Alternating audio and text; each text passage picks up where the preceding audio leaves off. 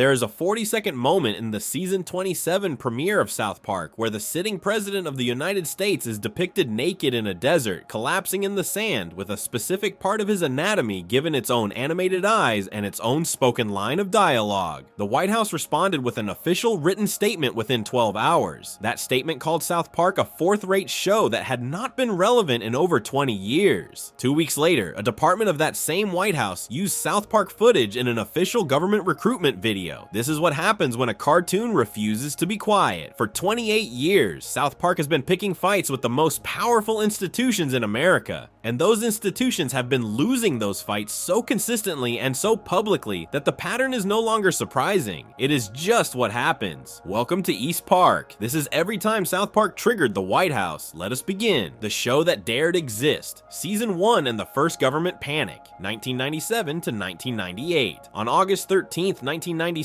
4 kids from a small mountain town in Colorado showed up on television and immediately made adults across America lose their minds. Stan Marsh, Kyle Broflovsky, Eric Cartman, Kenny McCormick. They were crude paper cutouts who swore constantly, killed Kenny in almost every episode, and said the kinds of things that grown-ups spent enormous energy pretending children never thought or said. The show was called South Park. It cost almost nothing to make. It looked like it had been cut out of construction paper by a bored third grader, and within weeks of its debut, it had triggered a full-scale panic that reached from school boards in Georgia all the way up to the halls of Congress. To understand why, you have to understand what was already happening in America when the show arrived. The mid to late 1990s was a period when the United States government was absolutely convinced that television, movies, and music were ruining its children. This was not a fringe belief held by a small group of angry parents. It was official government policy. The Clinton White House had championed a device called the V-chip, a piece of technology built into television sets that allowed parents to block content based on ratings. In 1996, Congress actually passed a law requiring all new television sold in America to include one.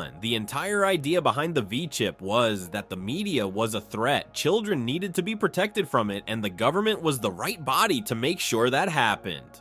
Washington was not quietly concerned about this. Washington was loudly, publicly, passionately concerned about it. Then South Park showed up. The show was created by 2 guys from Colorado named Trey Parker and Matt Stone.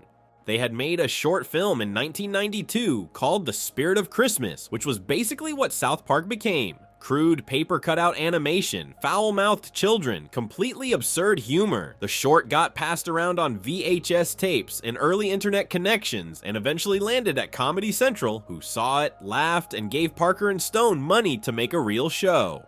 The pilot was called Cartman Gets an Anal Probe. That title alone tells you everything about where the show was coming from and where it was heading. The response from ordinary viewers was enormous, almost immediately. South Park's first season averaged around 6.5 million viewers per episode on a small cable channel, which was genuinely remarkable for 1997. The show was a phenomenon. People who had never watched Comedy Central before were tuning in specifically to see what these 4 kids were going to say and do next. The audience was not just teenagers sneaking past their bedtime, it was adults.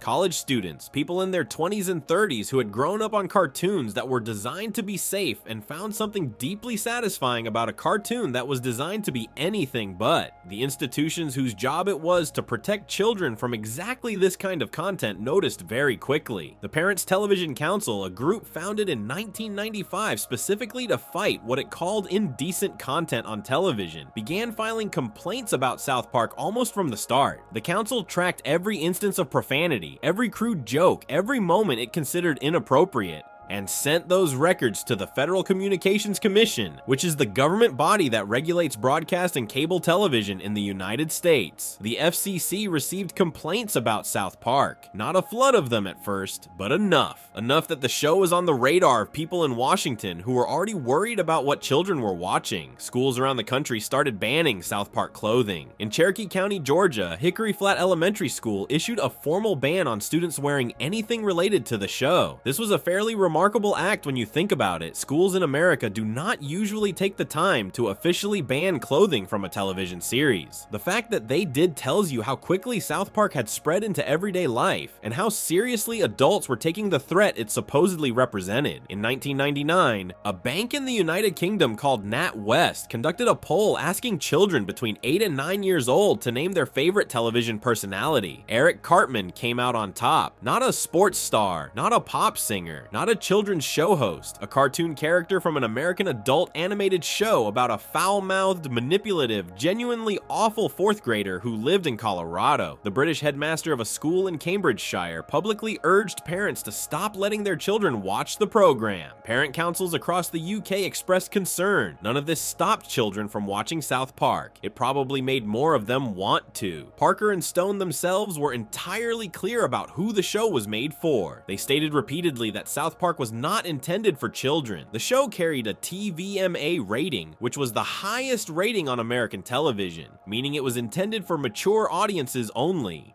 Every episode began with a warning to exactly that effect. The creators made no attempt to disguise or soften this. The show was adult content. It just happened to be animated, and animation in 1997 was something most adults still mentally filed under the heading of cartoons for kids. That gap between what the show actually was and what its format implied is part of what made the moral panic so easy to generate. The Clinton administration, meanwhile, was not backing down from its position that the entertainment industry was a problem to be managed. In the years just before and just after South Park premiered, Congress held multiple hearings on media violence. Senators and representatives sat in front of cameras and asked representatives from television networks, movie studios, and video game companies to explain why they were corrupting American youth. The V-chip legislation had passed. Rating systems for television and video games were being pushed and expanded. The entire political apparatus around family and decency in the media was in full operation. South Park landed directly in the middle of all of it. What made the show particularly difficult for its critics to deal with was that it was genuinely funny. This sounds obvious, but it matters enormously. A show that is purely offensive can be dismissed. A show that is offensive and also clearly intelligent, clearly aware of what it is doing, clearly making points while appearing to simply cause chaos, that is a much harder target. South Park's first season had episodes that mocked the hysteria around satanic cults in American schools. It had episodes that took apart celebrity culture, religious figures, and government officials with a sharpness that most primetime television would not go near. The show was not random. It had a point of view, and that point of view was, very roughly, that adults in positions of power were usually wrong, usually hypocritical, and almost always more ridiculous than the children they were supposed to be teaching. That argument did not go over well in Washington.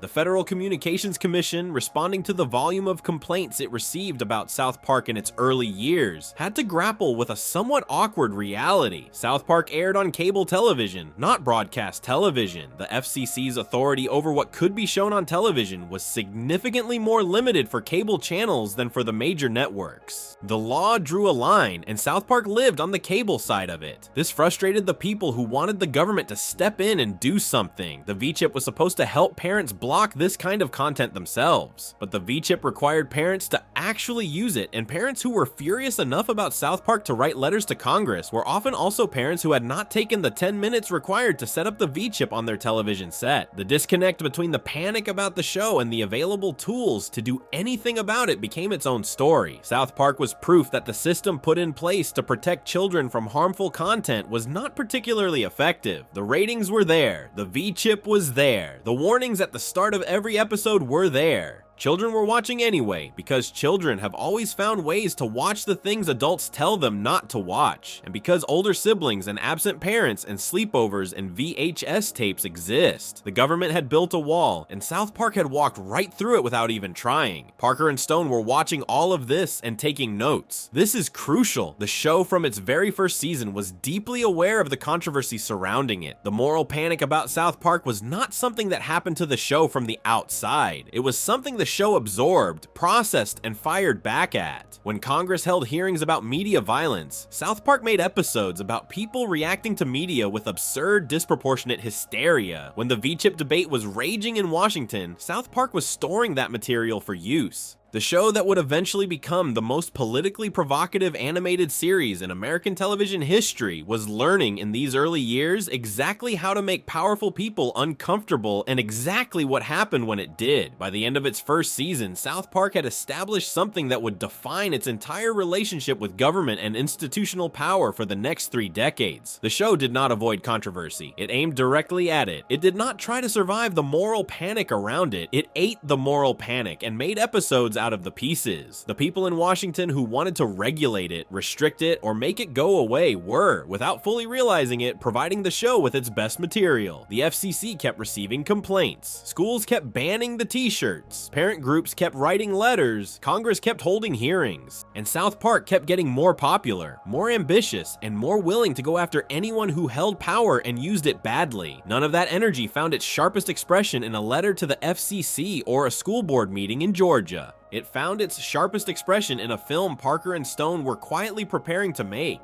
A film they were going to aim directly at the government's own obsession with censorship, at the rating system that had tried and failed to contain them, and at the entire political culture that had decided a cartoon about 4 kids from Colorado was a threat to the American family. __quote_0__, the film would come out in the summer of 1999. Before it did, it would get rejected multiple times by the organization that decides what movies Americans are allowed to see. It would be returned with the harshest possible rating over and over again. Parker and Stone would respond to every note by making the film worse, and the government body they were fighting with would eventually be forced, as a direct result of losing that fight, to change the way it rated films for the entire country going forward. That is the next part of this story. Section 2, That's My Bush. When Parker and Stone put a sitting president in a sitcom, 2001, 3 months before the 2000 presidential election, Trey Parker and Matt Stone threw a party. Not a celebration party, a writing party. The kind where you gather your team in a room, order food, and start figuring out what you are going to make next. The premise they had settled on was simple and genuinely strange. They were going to make a live-action sitcom about whoever won the presidency. Not a cartoon, not an animated short, a full television show with sets and actors and a laugh track set entirely inside the White House, following the new president around like he was a character in a 1980s family comedy. They had a title ready for Al Gore. Everybody loves Al. They had characters sketched out. They had the broad shape of the show mapped. Parker said publicly that he was 95% certain Gore was going to win. Most people were. The polls said so. The general feeling in the country said so. So Parker and Stone built their show around Al Gore, got their writers in a room on the night of the election, and prepared to start writing the following Monday. Then the votes came in and nothing was decided. The 2000 presidential election between George W. Bush and Al Gore became one of the most contested elections in American history. Florida's results were challenged. Recounts happened. Courts got involved. The whole country sat in a strange, suspended state for weeks, waiting to find out who had actually won. Parker and Stone sat in that suspended state with everyone else, except they were also sitting on a half-built television show that needed a president to exist. When the courts finally settled the matter and George W. Bush became the 43rd president of the United States, Parker and Stone made a decision that revealed more about their political worldview than almost anything else they have ever said or done. They did not start over. They did not rethink the concept. They took every single element they had built for Everybody Loves Al, changed the name of the main character, and kept everything else exactly the same. The bumbling but lovable husband, the patient, grounded wife, the uptight aide who thought he knew better than everyone, the klutzy secretary, the nosy neighbor with inexplicable access to the White House. Every stock character from every sitcom ever made, just transplanted from one man's version of the presidency to another's. The name they landed on was That's My Bush. It was a joke. The title had a double meaning that was immediately obvious to anyone paying attention. Comedy Central loved it. Every other network they pitched it to, HBO, Fox, NBC, CBS, ABC, FX, MTV, turned it down.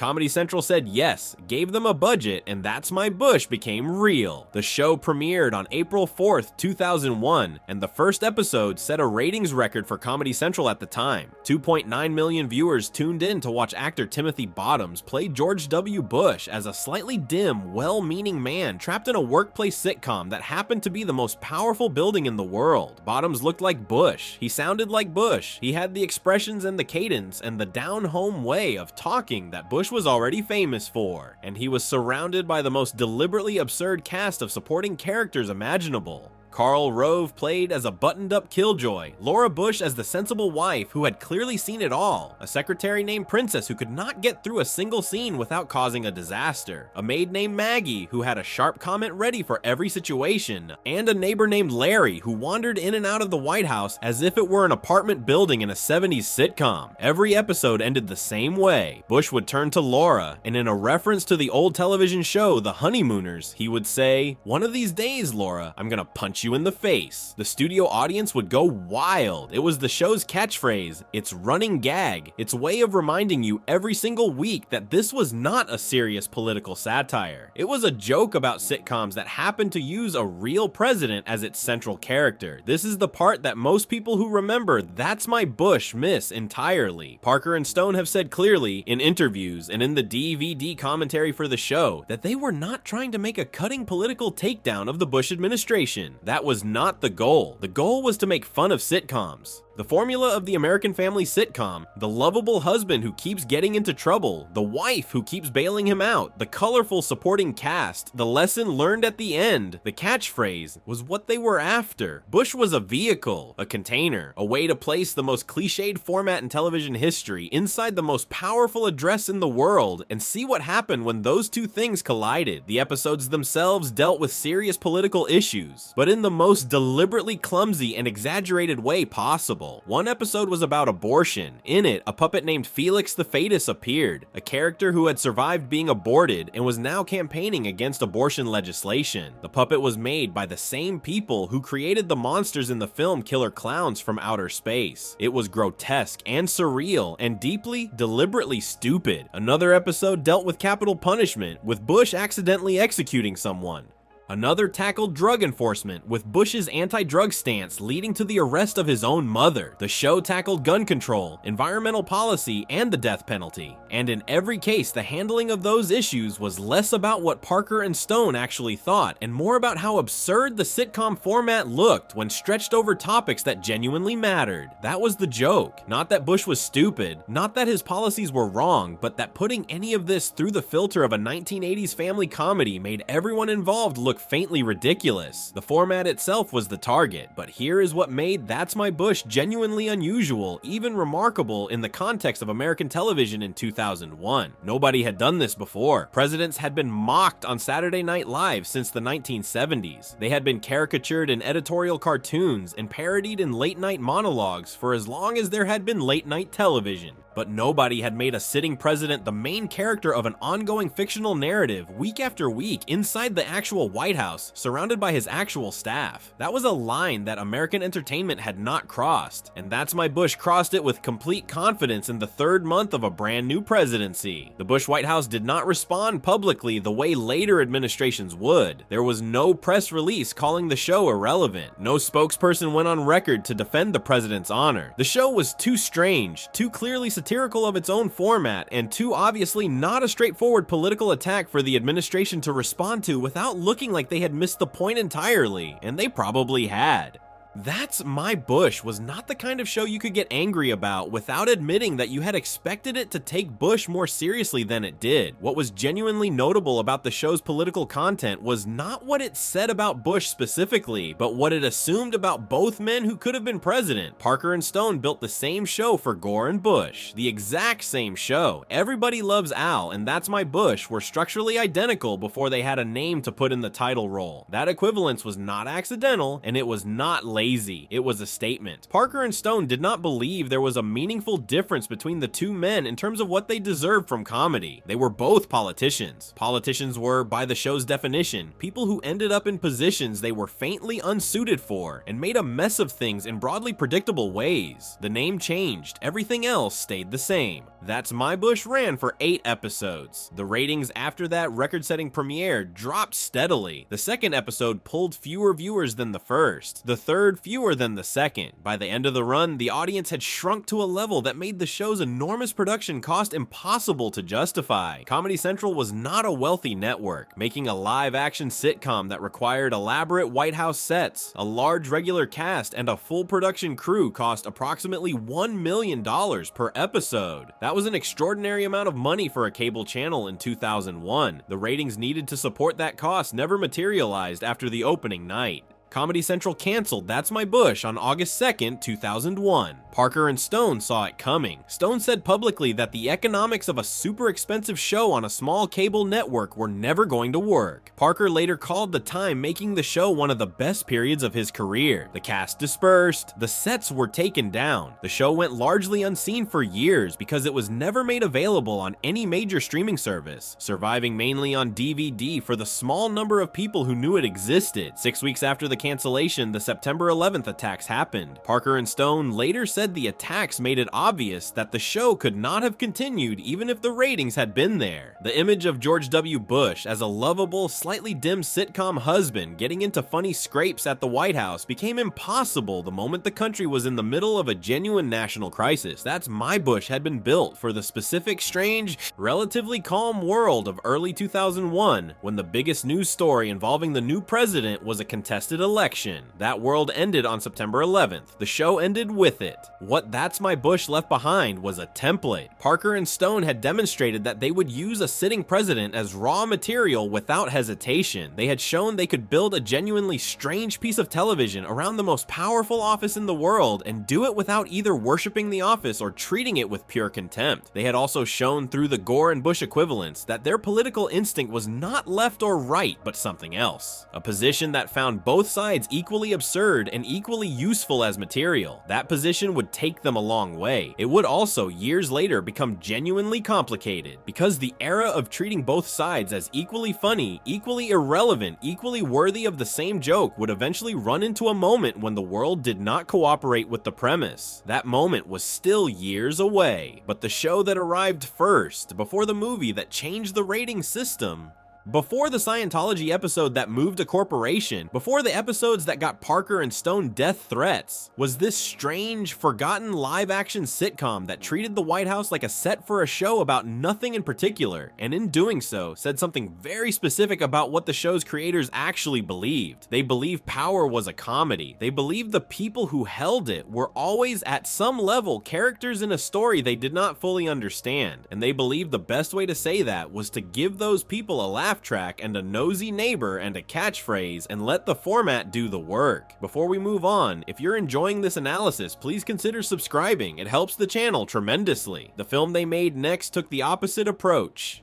Instead of wrapping Washington's obsessions in sitcom packaging, it aimed directly at the government's own machinery, the organization that decided what Americans were allowed to watch, and turned that fight into a musical. Section 3, the movie that forced the MPAA to change its rules. Bigger, longer, and uncut, 1999. 2 months before the film came out, 12 students and a teacher were murdered at Columbine High School in Colorado. That fact sits at the center of everything that happened around South Park. Bigger, longer, and uncut in the summer of 1999. Not because the film had anything to do with Columbine, not because Parker and Stone were responding to it directly, but because the film arrived into a country that was in the middle of the loudest, most frantic conversation about entertainment and violence that America had ever had. And the film was, at its core, a movie about exactly that conversation.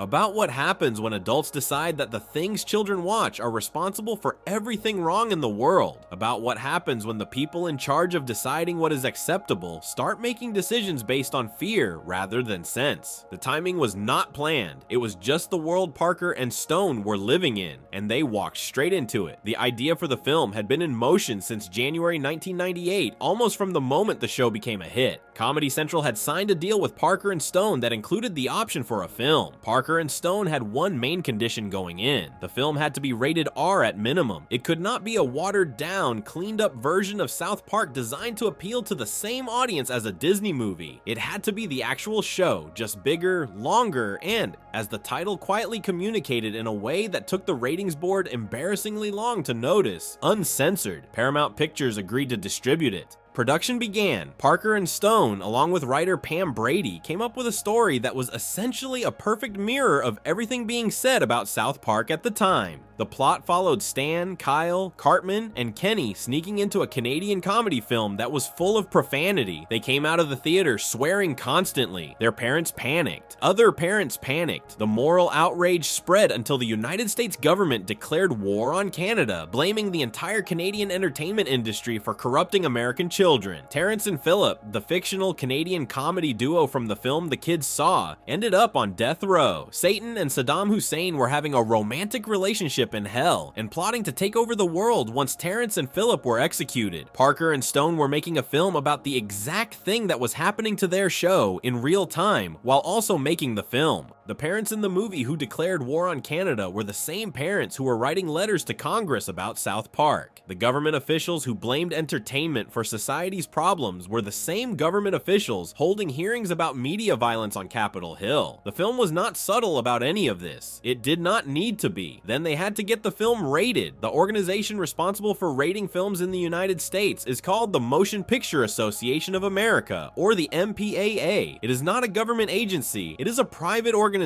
run by the major film studios, but its ratings, G, PG, PG-13, R, NC-17, function as a form of unofficial government because theaters across the country refuse to show NC-17 films, and most major retailers refuse to stock them. Getting an NC-17 rating is, in practical terms, close to having your film banned. It kills a movie's commercial chances before it opens.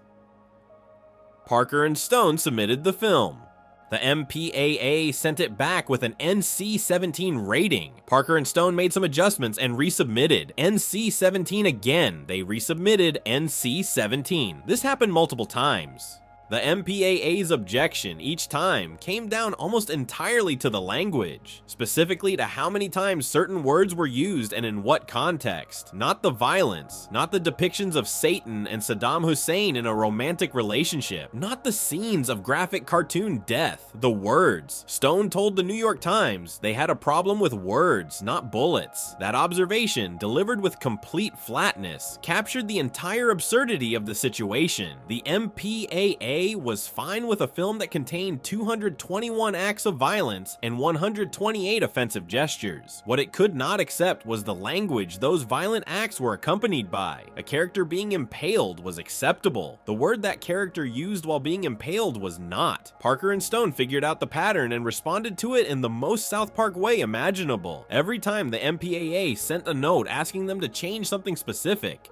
they changed it to something worse. The MPAA asked them to remove a scene in which the boys found a video online showing something inappropriate. Parker and Stone replaced it with a video of one person doing something extremely disgusting to another person, made it longer, and made it significantly more unpleasant to watch. The MPAA approved it. This happened over and over. The notes came in. Parker and Stone made the film worse in exactly the way the notes implied was acceptable. The MPAA kept approving the worse versions. Stone later said that making an unrated version of the film for home release would have been pointless because the version they were already making was more extreme than anything they could have dreamed up without the MPAA's accidental guidance. The MPAA, by telling them what not to do, had inadvertently shown them exactly what they could get away with doing. The board that was supposed to be keeping the film in check had become the film's most useful collaborator. The title of the film was itself a product of this process. The original title was South Park: All Hell Breaks Loose. The MPAA told Parker and Stone they could not use the word hell in the title of an animated film. Parker and Stone came back with Bigger, Longer, and Uncut, a title that was obviously a reference to a specific part of the male anatomy, phrased in a way that the MPAA somehow did not catch until it was too late. By the time anyone at the ratings board realized what the title meant, it had already been approved and printed on promotional materials across the country. Stone still finds this funny. He has talked about it publicly more than once. The film was finally rated R, not 2 months before release, not even 2 weeks before release, but just 2 weeks before it opened in theaters. Paramount had been holding promotional materials in limbo, waiting for a final rating that kept not arriving. The whole summer release schedule had been built around a film whose legal right to exist in its current form was not confirmed until the last possible moment. South Park: Bigger, Longer, and Uncut opened on June 30th, 1999. It had been produced on a budget of $21 million.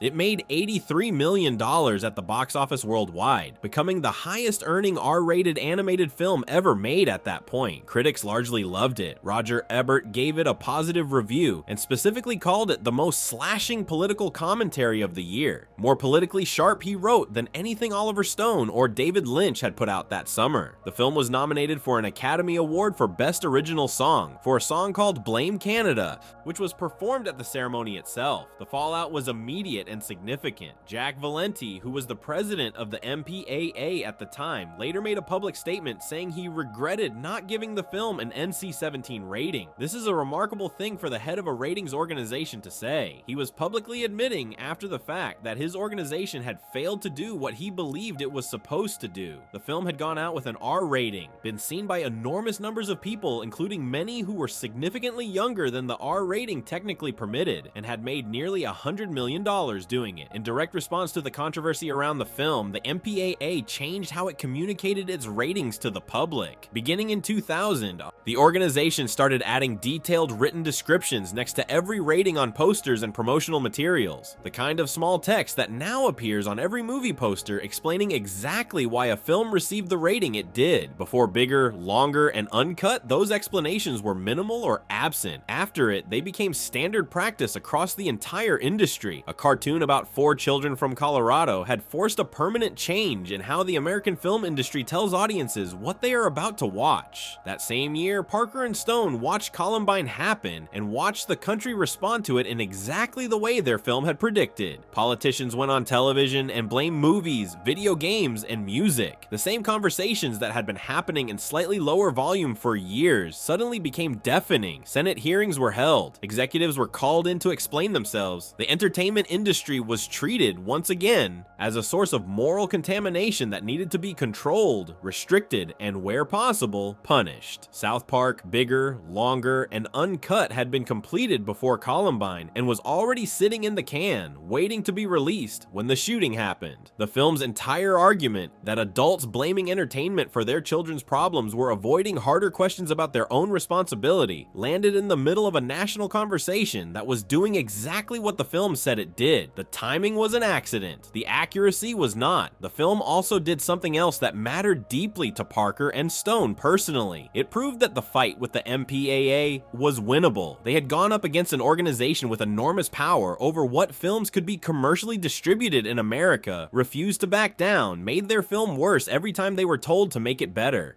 and come out the other side with their version intact. They had not been shut down. They had not been silenced. They had been told no repeatedly, responded by being more extreme, and eventually the organization that kept saying no ran out of reasons to keep saying it. That lesson, that refusing to back down in the face of institutional pressure was not just a moral position, but a practical strategy that actually worked, stayed with Parker and Stone. It shaped how they handled every confrontation that came after. When a religion threatened to have have them killed, they did not disappear. When a network tried to censor them, they put the censorship in the episode. When a White House called them irrelevant, they responded by being more relevant than they had been in 25 years. All of that came later. The film was the template. It established clearly and publicly that South Park was not going to negotiate with the people who wanted to shut it down. It was going to make the thing those people objected to, submit it to whoever had the power to stop it, watch that power fail, and then make the next thing. The organization that tried hardest to contain South Park bigger, longer, and uncut ended up changing its own rules because of the experience. That is not a minor outcome. That is an institution admitting in the most public way possible that it lost. __quote_2__, and losing to South Park, as the next decade would show, was something that institutions kept doing, because the next target was not a ratings board or a network executive. It was one of the most powerful and most legally aggressive private organizations in the world, one that had won battles against governments, newspapers, and individuals with far more resources than two guys from Colorado and a show made to look like construction paper cutouts. That fight was coming, and it started with a closet. Section 4. Trapped in the closet, yet when a corporation folded and a religion launched a spy operation, 2005 to 2006. On November 16th, 2005, South Park aired an episode that described in precise detail what members of the Church of Scientology actually believe. Not a rough approximation, not a vague impression, the actual beliefs, the actual story told to members who had paid enough money and spent enough time in the organization to be trusted with it. The story of a galactic ruler named Xenu, who 75 million years ago brought billions of people to Earth in spacecraft that looked like DC-8 airplanes, stacked them around volcanoes, and destroyed them with hydrogen bombs. The story of how the souls of those destroyed people, called Thetans,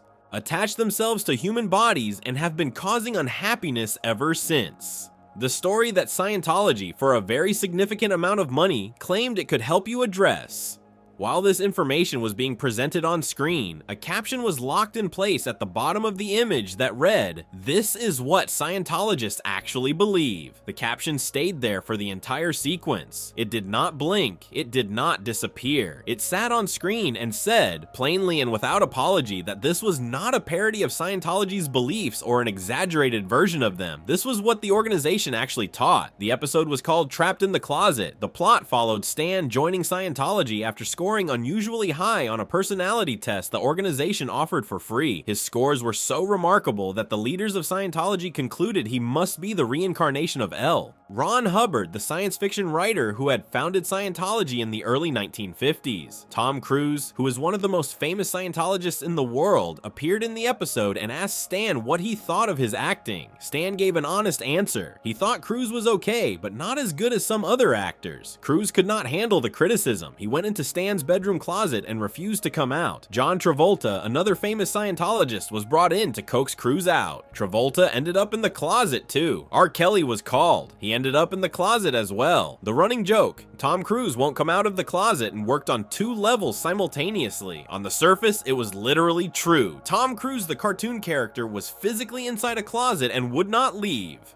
Beneath the surface, it was a reference to long-standing rumors about Cruise's personal life that he had spent years and a significant amount of legal effort trying to suppress. The double meaning was obvious. Parker and Stone were not hiding what they were doing. The episode ended with Stan telling the crowd of Scientologists that their religion was a scam, and Cruise threatening to sue him. The final line of the episode was Stan shouting, "Go ahead, sue me, I dare you." The closing credits rolled. Every single name in the credits had been replaced with either John Smith or Jane Smith. This was not an accident. Parker and Stone had done this deliberately in advance, because they knew what was coming. The Church of Scientology was famous for pursuing legal action against critics. It had filed more than 50 lawsuits against the Internal Revenue Service alone in its effort to be recognized as a tax-exempt religious organization, a battle it eventually won. It had sent investigators after journalists who wrote critically about it. It had tracked former members who spoke publicly about their experiences. Parker and Stone knew that if every person who worked on the episode was listed by name in the credits, those people would become individual targets for whatever the church decided to do next. By crediting everyone as John Smith or Jane Smith, they made it impossible to identify and target any specific individual. They protected their entire team by making the team invisible. The episode aired. The reaction was immediate. The day after it broadcast, a senior Scientology official named Mike Render, who has since left the church and become one of its most prominent critics, wrote a memo to the church's leader, David Miscavige. The memo laid out the church's response plan. Scientology's senior leadership had been watching the episode and was furious. They began putting together their response almost immediately. What that response involved was remarkable in its detail and its aggression. The church opened a formal investigation into Parker and Stone, not into the episode itself, not into Comedy Central, but into the two men personally. Former high-ranking Scientology officials later revealed the contents of this investigation. The church's investigators found out what catering service Parker and Stone used to feed their production team at lunch. They obtained the makes, models, and license plate numbers of both men's cars. They identified their parking spaces. They mapped out the physical routines of the two creators of a cartoon show because those creators had made an episode the church did not like. They also looked very hard at Mark Ebner, the journalist Parker and Stone had brought in as a consultant for the episode. Ebner had written critically about Scientology before. He had gone undercover inside the organization for a magazine article in 1996 and had later written about it in a book. The church decided that Ebner was the real problem, that he had used his access to Parker and Stone to pursue his own personal conflict with Scientology, and they focused significant energy on trying to find material they could use against him. The church considered suing. They looked at the legal case carefully and decided against it. The lawyers concluded that a lawsuit would be very difficult to win. The episode had not made false factual claims about Scientology.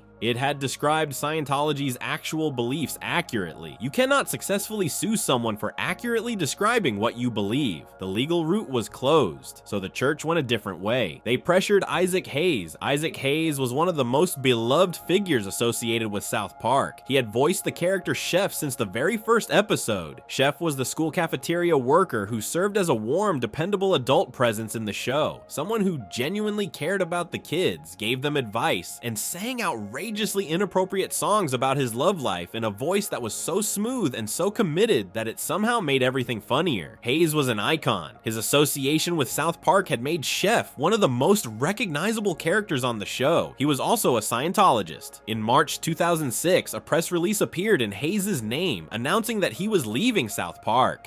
The statement said he had decided to resign because the show was intolerant of religious beliefs. It pointed to Trapped in the Closet as the breaking point. The press release was interpreted by almost everyone as Hayes quitting in protest over the episode's treatment of Scientology. Stone responded publicly and directly. He pointed out that Hayes had never complained about any of South Park's treatment of other religions. The show had made fun of Christianity, Judaism, Islam, Catholicism, and essentially every other organized religion it had encountered over its 9 seasons. Hayes had cashed his checks through all of it without raising any objection. The objection only came when Scientology was the target. Stone said, "This is where intolerance and bigotry begin." But the story behind the press release was more complicated and significantly more troubling than it appeared. Hayes had suffered a stroke in January 2006, roughly 2 months before the press release appeared. His son, Isaac Hayes III, confirmed after his father's death that Hayes had been left in a condition where he was not capable of making the kind of decision that the press release described. He was not in a position, physically or mentally, to sit down and compose a statement about resigning from a television show. His son stated clearly that the resignation had almost certainly been arranged by people close to Hayes, all of whom were Scientologists, who had made the decision on his behalf without his meaningful input. The Church of Scientology had, in effect, ended Isaac Hayes' association with South Park for him, without his knowledge or consent, by using his name and his proximity to the organization to deliver a message that served the church's interests rather than his own. Parker and Stone could not ignore this. They wrote Hayes out of the show in the most South Park way available to them. In the episode that followed Hayes' departure, Chef was struck by lightning, set on fire, impaled, shot, and then mauled by both a mountain lion and a grizzly bear before being resurrected by the villains of the episode as a dark, robotic version of himself. It was vicious. It was also funny, and it was a direct response to what the church had done to a man who had been part of their show since day one. Meanwhile, the episode itself had triggered a completely separate corporate crisis. Tom Cruise, whose Mission Impossible 3 was being released by Paramount Pictures in 2006, reportedly told Viacom, the company that owned both Paramount and Comedy Central, that he would not promote the film if Comedy Central was allowed to rebroadcast Trapped in the Closet. Viacom owned both companies. Paramount needed Cruise to promote his film. Comedy Central needed Viacom's support to keep operating. The financial pressure on Viacom was real and significant. A repeat airing of Trapped in the Closet that had been scheduled for March 15th, 2006 was quietly pulled and replaced with a different episode. Comedy Central said publicly that the change was made as a tribute to Isaac Hayes following his departure. Almost nobody believed this explanation. The timing, the episode being pulled immediately after Hayes resigned, and while Cruise's film was in active production, made the real reason obvious to anyone paying attention. Parker and Stone were furious. Stone made his position clear. If the episode was not put back on the air, the relationship between the show's creators and the network would become very difficult. Comedy Central eventually relented and rebroadcast Trapped in the Closet in July 2006. Stone said afterward that if they had not put the episode back on, there would have been serious consequences for the entire creative relationship. The episode was included on DVD releases, contradicting any alleged request from either Cruise or the church to keep it buried. The episode was nominated for an Emmy Award. It now ranks 17th on TV Guide's list of the greatest television episodes ever made. Parker and Stone had gone up against a corporation famous for its legal aggression, a movie star with enormous financial leverage over their parent company, and a network that had briefly decided self-preservation was more important than backing its creators. They had not backed down from any of it. The episode stayed in existence. The network eventually put it back on the air.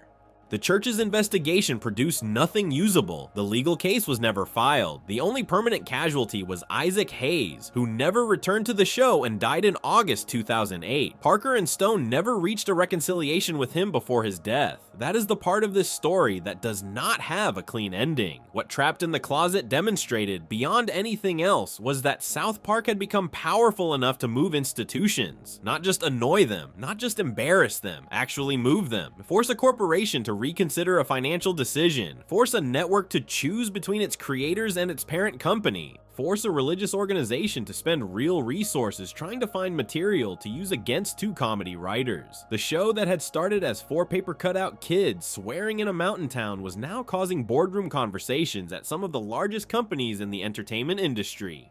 __3__.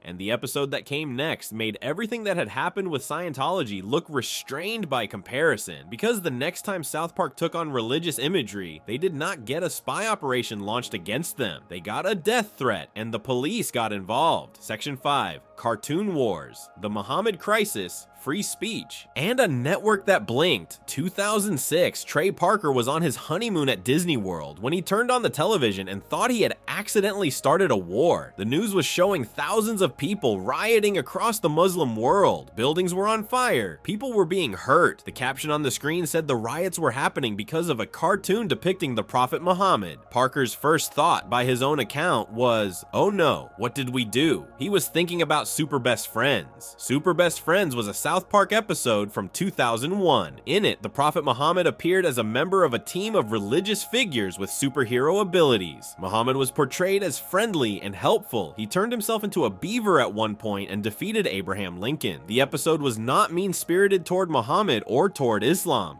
It treated him the same way it treated Jesus, Buddha, Moses, and every other religious figure in the episode, as a character in an absurd adventure story. It had aired in 2001 without any significant controversy. Nobody had complained. Nobody had rioted. The episode had just existed, like every other South Park episode, and been largely forgotten. So when Parker turned on the television at Disney World and saw riots over a cartoon of Muhammad, his immediate fear was that people had finally seen Super Best Friends and were furious about it. He called Stone. They both briefly believed they might have accidentally triggered an international crisis 5 years after the fact. Then they found out what had actually happened. The riots were not about South Park. They were about a Danish newspaper called Jyllands-Posten, which had published 12 editorial cartoons depicting Muhammad in September 2005. Several of the cartoons were critical or mocking. Muslims who believed that any visual depiction of Muhammad was forbidden were outraged. The outrage spread from country to country through early 2006 and became one of the biggest international news stories of the year. Embassies were attacked. People died in the protests. The cartoonists who had drawn the original images received death threats and had to go into hiding. Parker and Stone watched all of this and immediately knew what their next episode had to be about. They had already been planning to make an episode centered on Muhammad. They had wanted to do it for a while.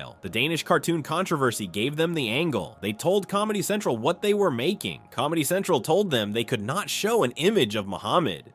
Parker and Stone told Comedy Central they were going to make the episode anyway, that it would be one of the 7 episodes the network was contractually paying for, and that Comedy Central had every right as a private company not to broadcast it. But they were making it. The disagreement went back and forth for months. Parker and Stone had originally planned the Muhammad episode to be the first episode of season 10. Comedy Central would not approve it. The season had to open with a different episode instead, The Return of Chef, which dealt with Isaac Hayes' departure. Only after ongoing negotiations did Comedy Central agree to allow a version of the Muhammad episode to air later in the season under conditions that Parker and Stone did not fully accept. The episodes were called Cartoon Wars Part 1 and Cartoon Wars Part 2. They aired on April 5th and April 12th, 2006. The plot followed Cartman trying to get the animated show Family Guy canceled by using fears of Islamic retaliation as leverage. He argued that Family Guy was planning to show an image of Muhammad and that this would cause terrorist attacks, and therefore the show should be pulled. Kyle argued the opposite, that giving in to threats was exactly the wrong response, and that free speech had to mean something even when it was uncomfortable. The two boys raced across the country to reach the Fox network's offices before the other could make their case. The episode was, among other things, a direct attack on Family Guy and its creators. Parker and Stone had been saying for years that they did not respect Family Guy's style of comedy,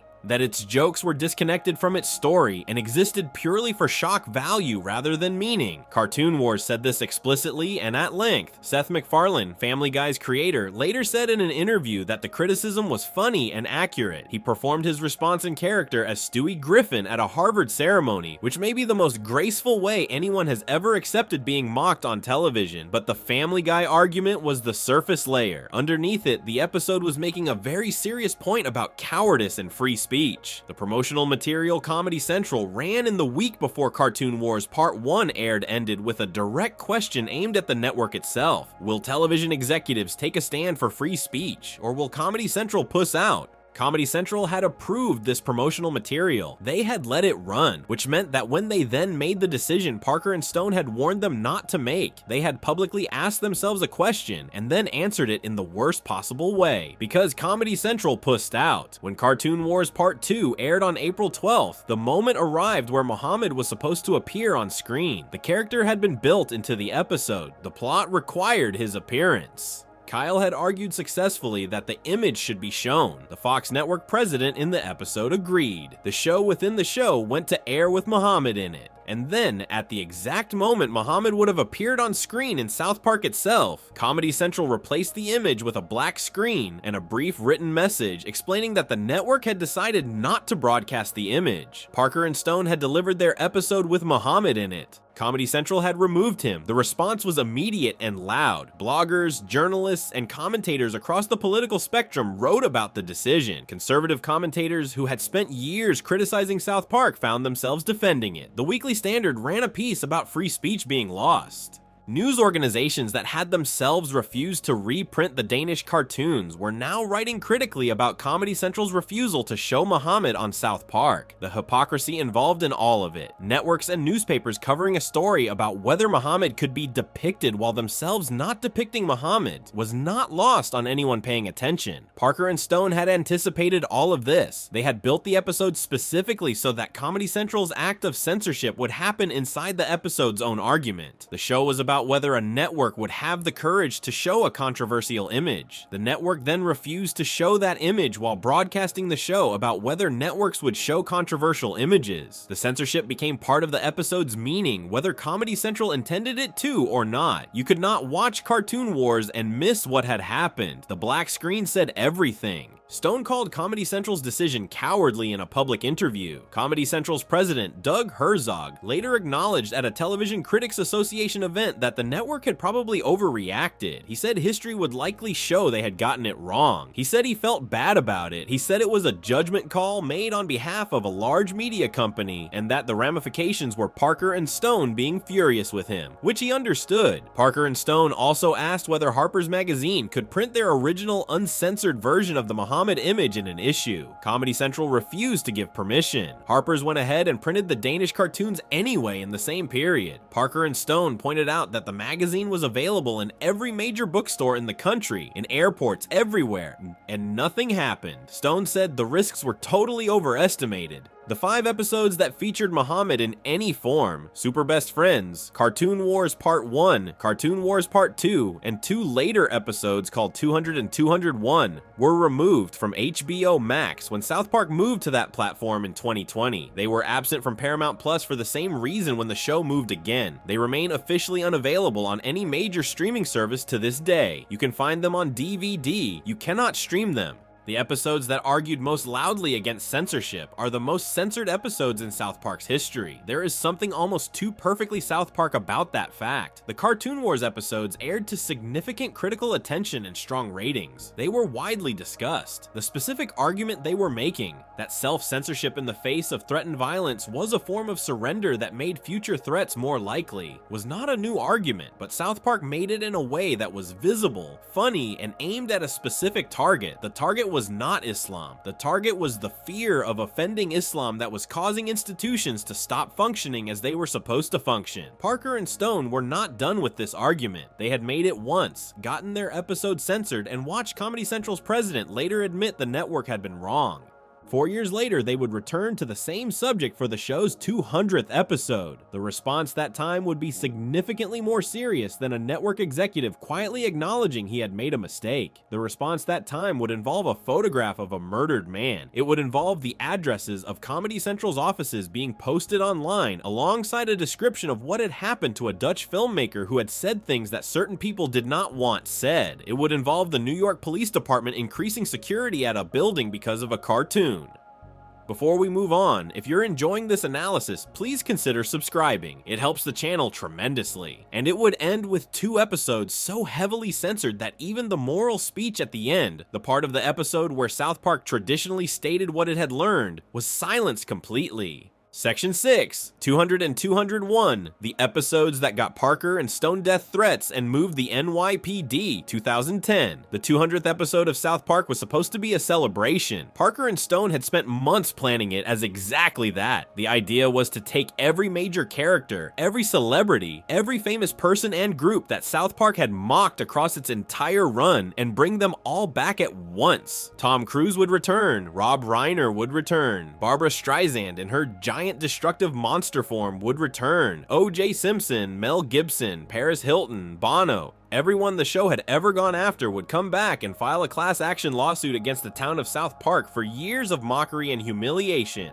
It was going to be a greatest hits episode, a love letter to the show's own history, a way of marking 200 episodes by cramming as many callbacks as possible into a single story. And then Parker and Stone decided to bring back one more character, Muhammad. Not Muhammad as a villain, not Muhammad being mocked or attacked or depicted in a way designed to be offensive. Muhammad as a plot device, a character whose presence in the story was necessary because the celebrities suing South Park needed something from him. The celebrities, led by Tom Cruise, wanted to steal whatever it was that made Muhammad immune to being made fun of. In the show's logic, Muhammad was the only figure in the world who could not be satirized or depicted without causing a massive reaction. Every other celebrity and public figure had been humiliated by South Park. Muhammad had not because Parker and Stone respected him more than anyone else, but because the threats surrounding any depiction of him had made it impossible. Cruise and the other celebrities wanted that protection for themselves. The episode was making an explicit argument about what had happened 4 years earlier during Cartoon Wars. The reason Muhammad could not be shown was not reverence, it was fear, and the episode was going to name that fear directly by making it the central plot mechanic. The thing the villains wanted to steal was the specific specific power that comes from being so dangerous to depict that everyone around you simply stops. Episode 200 aired on April 14th, 2010. Muhammad appeared in it, but hidden. He was inside a moving van for part of the episode. He was inside a bear costume for another part. His name was said out loud, his presence was acknowledged, but his actual image was blocked by a large black box with the word "censored" written on it. Parker and Stone had preemptively censored the character, making the censorship itself part of the visual joke. The bear costume reveal, and which turned out to actually contain Santa Claus pretending to be Muhammad wearing a bear costume, was the kind of layered, self-aware gag that only South Park could construct, using the restrictions placed on the show as material for the show itself. The episode drew 3.33 million viewers, making it the most watched cable program of that night. It was announced as the first of a two-part story, with episode 201 coming the following week. The second episode would resolve every storyline that 200 had set up. Muhammad would have to actually appear. Within a week of the 200th episode airing, a website called revolutionmuslim.com published a post directed at Parker and Stone. The post was not a straightforward threat. It was carefully worded to present itself as a warning rather than a direct statement of intent. But what it contained was not ambiguous to anyone who read it carefully. The post included a photograph of Theo van Gogh. Van Gogh was a Dutch filmmaker who had made a short film in 2004 about the treatment of women in some Islamic societies. In November of that year, a man who objected to the film's contents shot Van Gogh 8 times on a street in Amsterdam, then stabbed him, then used the knife to pin a letter to his body. Van Gogh died on the street. The man who killed him was convicted and sentenced to life in prison. The Revolution Muslim Post put this photograph of Van Gogh next to a description of what Parker and Stone were planning for episode 201. The Post then said, "We have to warn Matt and Trey that what they are doing is stupid, and they will probably wind up like Theo van Gogh for airing this show." The Post added, "This is not a threat, but a warning of the reality of what will likely happen to them." The author of the Post later told a reporter that Parker and Stone should feel threatened by what they had done. The Post also listed 2 addresses: the address of Comedy Central's offices in New York, the address of Parker and Stone's production company in California. The New York City Police Department read the post and increased security at the Comedy Central building in direct response. Law enforcement officials assessed Revolution Muslim as an organization that was mostly talk and had not actually carried out any violence itself, but they were concerned that the post could reach people who would read it as an instruction rather than an opinion, and they responded accordingly. Armed officers were added to the building's security presence. This was not a symbolic gesture. This was the New York Police Department deploying resources to protect a television network because of what a cartoon was about to show. Comedy Central was now in an impossible position. The network had already been through the cartoon war situation 4 years earlier, where it had censored an episode and later been told by its own president that it had probably made the wrong call. Now the stakes were significantly higher. The Revolution Muslim Post was not a vague expression of displeasure. It contained a photograph of a dead man and the home addresses of the people making the show. Law enforcement was actively involved. The question was no longer whether depicting Muhammad would upset people. The question was whether depicting Muhammad might get someone killed. Parker and Stone delivered their version of episode 201 to Comedy Central. Their version contained Muhammad. Their version contained a speech at the end of the episode delivered by Kyle about intimidation and fear. The speech argued explicitly and directly that giving in to threats was the same as rewarding violence, and that the only way to prevent more threats was to refuse to surrender to them. The speech did not mention Muhammad. It was about the principle. Comedy Central censored the episode so thoroughly that the final broadcast version was almost unrecognizable as the episode Parker and Stone had made. Every mention of Muhammad's name was replaced with a loud audio bleep, not just images of Muhammad, his name. The word. Every time a character said it, the bleep covered it. This had not happened in episode 200, where Muhammad's name was spoken freely. Something had changed in the week between the 2 episodes, and that something was the Revolution Muslim Post and the NYPD deployment. The black censored bar was placed over every image of what was apparently Muhammad, just as it had been in episode 200, and then Comedy Central censored Kyle's speech. The entire closing moral argument The part of the episode that explained what the episode had been about, the speech that Parker and Stone had written specifically to address the situation they were in, was bleeped from start to finish. Not because it mentioned Muhammad, not because it contained anything that could be construed as offensive, but because Parker and Stone later stated Comedy Central added those bleeps without their knowledge or approval. The network had decided that even the argument against censorship needed to be censored. Parker and Stone issued a public statement immediately after the episode aired. They stated clearly that they had delivered their version of the show to Comedy Central, and that Comedy Central had made a decision to alter it. They said this was not a joke on their part, not a meta commentary, not something they had engineered. The bleeps were not theirs. Comedy Central had added them. The speech Kyle gave at the end of the episode, the statement said, was about intimidation and fear and did not mention Muhammad at all. And it had been bleeped anyway. 17 Pulitzer Prize-winning cartoonists signed a public petition condemning the threats against Parker and Stone. The petition stated that freedom of expression was a universal right and that no group should be allowed to silence people through violence or intimidation. Among the signatures were some of the most decorated editorial cartoonists working in America. Jon Stewart devoted 10 minutes of The Daily Show to the situation, expressing his disgust at Revolution Muslim and criticizing Comedy Central's decision to alter the episode, while also acknowledging that the network had employees whose physical safety it had to consider.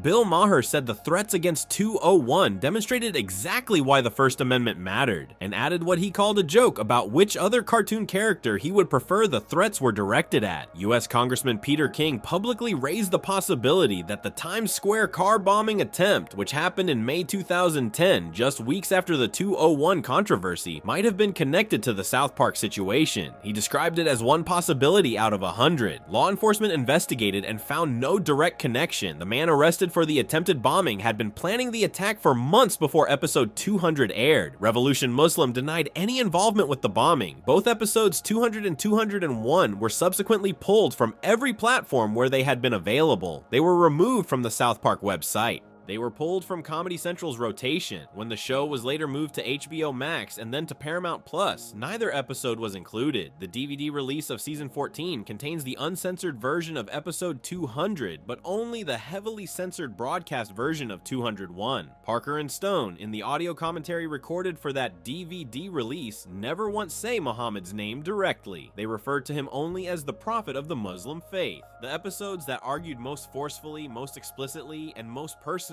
that surrendering to threats was wrong were the episodes that South Park was forced to surrender. They remain officially unavailable to this day. A generation of South Park fans has grown up unable to legally stream two of the most critically acclaimed episodes the show ever produced, because those episodes made an argument about censorship and were then censored. Episode 200 was nominated for a Primetime Emmy Award for Outstanding Animated Program. Episode 201 was nominated alongside it. Both episodes are considered by a significant portion of the show's fan base to be among the greatest things Parker and Stone ever made. Neither can be watched on any major streaming service in 2025. That is the full shape of what happened. The show made an argument. The argument was suppressed. The suppression proved the argument, and the episodes that could no longer be seen became, in their absence, the clearest evidence Parker and Stone ever produced that the thing they were warning about was real. Quote __5 __. What the next chapter of this story requires is a shift in tone, because after years of fighting censors, death threats, spy operations, and network cowardice, Parker and Stone found themselves facing something entirely different. Not an institution trying to silence them, but an election they were absolutely certain they understood, and a result they were completely unprepared for. The failure that followed was not caused by an outside force. It came entirely from inside the building, and it taught Parker and Stone something about the limits of satire that no death threat or corporate memo ever had. Section 7, Douche and Turd, the episode that coined the language of every election.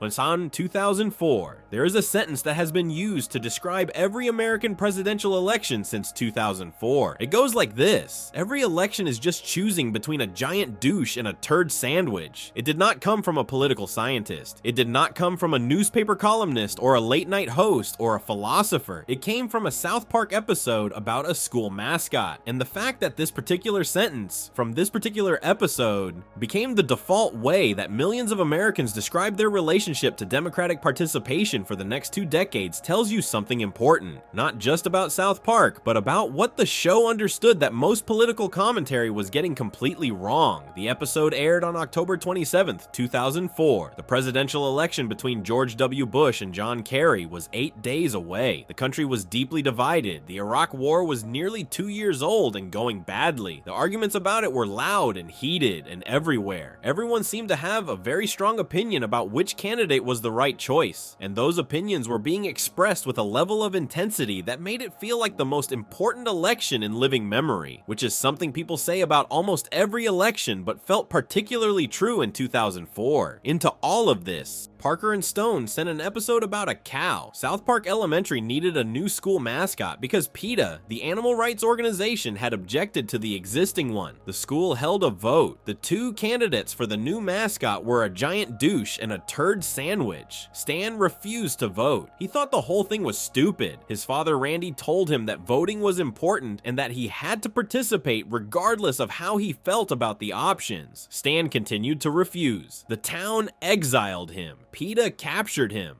Things escalated in the way things always escalate in South Park, which is to say completely and at high speed. By the end of the episode, Stan had learned something. He had learned that the vote was always going to be between a giant douche and a turd sandwich. That was simply how elections worked. That most of the time, neither option was particularly appealing. And the choice between them was less about excitement or genuine belief, and more about which one you could live with and which one you could not. He voted, not because he was inspired, not because he suddenly believed in one of the candidates, but because that was what you did when you lived in a place that made decisions by voting. The episode was not subtle about what it was saying. It was not trying to hide the parallel between the school mascot election and the Bush-Kerry election happening 8 days later. Parker and Stone were telling their audience, directly and without apology, that they found both major political parties equally unimpressive and equally deserving of mockery. They were also saying something slightly different and slightly more nuanced underneath that. That finding both options unimpressive was not a good reason to stop participating. That cynicism without action was just complaining. That you could think the whole thing was ridiculous and still show up and make a choice. This is the part of the episode that often gets lost when people quote it. The phrase giant douche and turd sandwich became so widely repeated that the cynicism of it got separated from the conclusion. The conclusion was not that elections were pointless. The conclusion was that elections were imperfect and often deeply unsatisfying, and that you had to vote anyway. Stan's arc in the episode ends not with him giving up, but with him participating despite his reservations. The phrase became famous for the wrong reason, which is its own kind of South Park joke. The show makes a point. The audience takes away the surface layer and ignores the depth, and the surface layer becomes the cultural legacy. To understand why Parker and Stone made this episode in 2004 and why it landed the way it did, you have to understand what people were saying about the show at that time. In 2003, a writer named Andrew Sullivan published an essay coining the term South Park Republicans. The idea was that South Park represented a new kind of young American voter, someone who was skeptical of both parties, uncomfortable with political correctness, contemptuous of what they saw as liberal cultural snobbery, but not necessarily conservative in the traditional sense. Someone who voted Republican sometimes and found the cultural left more annoying than the political right. In 2005, a writer named Brian Anderson published a book called South Park Conservatives. The book argued that South Park was essentially a conservative show that used crude humor to make right-leaning arguments about personal responsibility, anti-elitism, and the absurdity of progressive social causes. The book was taken seriously enough to be discussed in major newspapers. Commentators across the political spectrum weighed in on whether South Park was really a conservative show in disguise. Parker and Stone hated this. They said so publicly and repeatedly. They described themselves as libertarians during this period, and they said that the libertarian label was the closest available description, not because they had a deep ideological commitment to libertarian philosophy, but because it was the only label that left them free to mock everyone equally. They did not want to be claimed by any side. They had made fun of conservatives. They had made fun of liberals. They had made fun of religious people and atheists, environmentalists and industrialists, the rich and the poor. The idea that this pattern of equal opportunity mockery somehow resolved into a coherent conservative political position was, to them, exactly the kind of stupid oversimplification that the show existed to puncture. Douche and Turd was, in part, a direct response to the people who were trying to claim South Park as a political ally.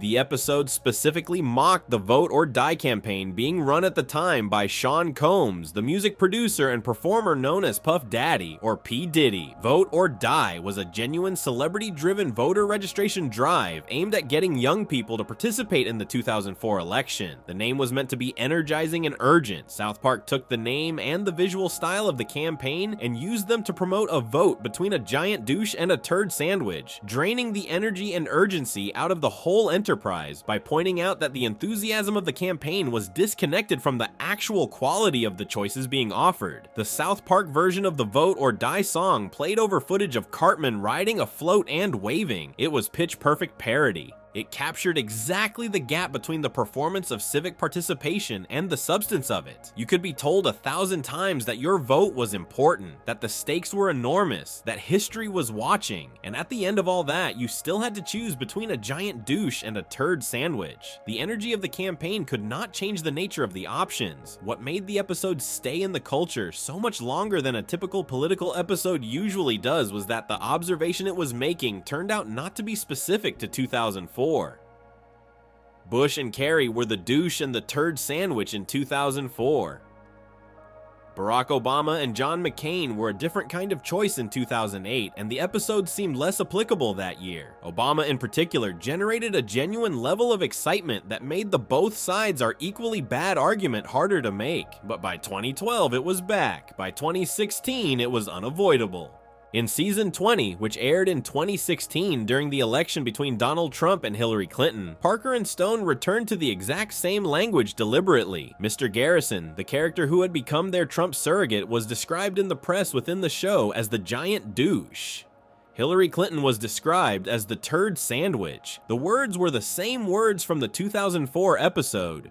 The callback was completely intentional. Parker and Stone were acknowledging that they had said this 12 years earlier, that it had been true then, and that it was still true now. The observation had not expired. Stan's reaction in the 2016 season opener was also pointed. He heard the giant douche and turd sandwich framing being applied to the new election and objected to it, saying it felt like old material. His father Randy told him he was being cynical and negative. It was a self-aware moment. The show acknowledging that it was repeating itself while also arguing that the repetition was the point. The situation had not changed. The observation had not become less accurate. If anything, it had become more accurate, which was not a comforting thought. The episode also established something about how Parker and Stone thought about their audience that shaped the show for the next 20 years. They were not trying to tell their viewers what to think about specific political candidates. They were trying to describe the structure of the situation, the fact that the choices were limited, the fact that the limitations were real and not imaginary, and the fact that those limitations were not a reason to disengage. The show's political instinct was not to pick a side. It was to describe the shape of the game clearly enough that people could make their own decisions about it without being manipulated by anyone, including South Park. This put them in a strange position every time a new election rolled around. They were a show that was clearly paying close attention to politics, clearly capable of making precise and funny observations about it, and clearly unwilling to tell anyone which lever to pull. That position frustrated people on both sides. Conservatives who had claimed the show as their own were frustrated when it mocked Republican candidates. Liberals who appreciated episodes that seemed to align with their views were frustrated when the show turned around and mocked something they cared about. Nobody got to keep South Park as their team mascot for very long. The irony of all this, a show that made an episode specifically to resist being claimed by any political side becoming one of the most politically influential cartoons in American history, is the kind of irony that Parker and Stone would appreciate if they were not the ones living it. Douche and Turd gave American political conversation a sentence that has not gone away. That sentence is used by people who have never watched South Park, applied to elections that Parker and Stone were not thinking about when they wrote it. In countries where the show has never been particularly popular, it escaped the episode and became a piece of free-floating cultural language, the way the best observations sometimes do when they are accurate enough and funny enough and timed correctly. The election it was describing in 2004 was 8 days away. The language it created is still being used today. But before we move on, if you're enjoying this analysis, please consider subscribing. It helps the channel tremendously. What came 2 years after this episode was a fight of a completely different kind. Not a fight about elections or mascots or the shape of Democratic participation. A fight about whether a sitting senator running for president could have a nuclear device planted in her body on national television, and what it meant that South Park was willing to do that while almost no other show in America was. Section 8, the snook. A sitting senator gets a nuclear bomb planted in her body on national television, 2007. 3 weeks before the episode aired, Hillary Clinton stood at a podium in Selma, Alabama, and spoke to a Baptist congregation in a southern accent so thick and so sudden that journalists covering her campaign stopped and looked at each other. Clinton had grown up in Illinois. She had spent most of her adult life in Arkansas and Washington. She did not speak with a southern accent, but on that particular Sunday in March 2007, addressing a crowd in one of the most historically significant cities in the American Civil Rights Movement, she adopted one. The accent appeared, stayed for the duration of the speech, and then disappeared. People noticed. News anchors played the clip. Commentators wrote about it. The general consensus was that Clinton had decided consciously and somewhat clumsily to sound more like the people she was speaking to in order to make them feel more comfortable with her. The strategy was transparent enough that it became a story of its own. Parker and Stone were watching. The Snook aired on March 28, 2007. The episode opened with Cartman arriving at school and discovering that a new student had joined the class. The student's name was Bahir Hassan Abdul Hakim. He was Muslim. Cartman immediately and completely lost his mind. What followed was South Park's version of the television show 24, a series that had been enormously popular since 2001 and had defined a particular style of post-September 11th American entertainment. 24 followed a counterterrorism agent named Jack Bauer, who spent each season racing against a ticking clock to prevent a catastrophic attack on American soil. The show was shot to feel like real time, with clocks on screen counting down the minutes, split screen sequences showing multiple things happening simultaneously, and a pace that made it feel like every single second mattered. It was tense, serious, and deeply invested in the idea that threats were everywhere, and that finding them required a willingness to do whatever was necessary. South Park recreated this format almost exactly. There was a ticking clock, there were split screens, there was urgent music. There were scenes of government agencies, the CIA,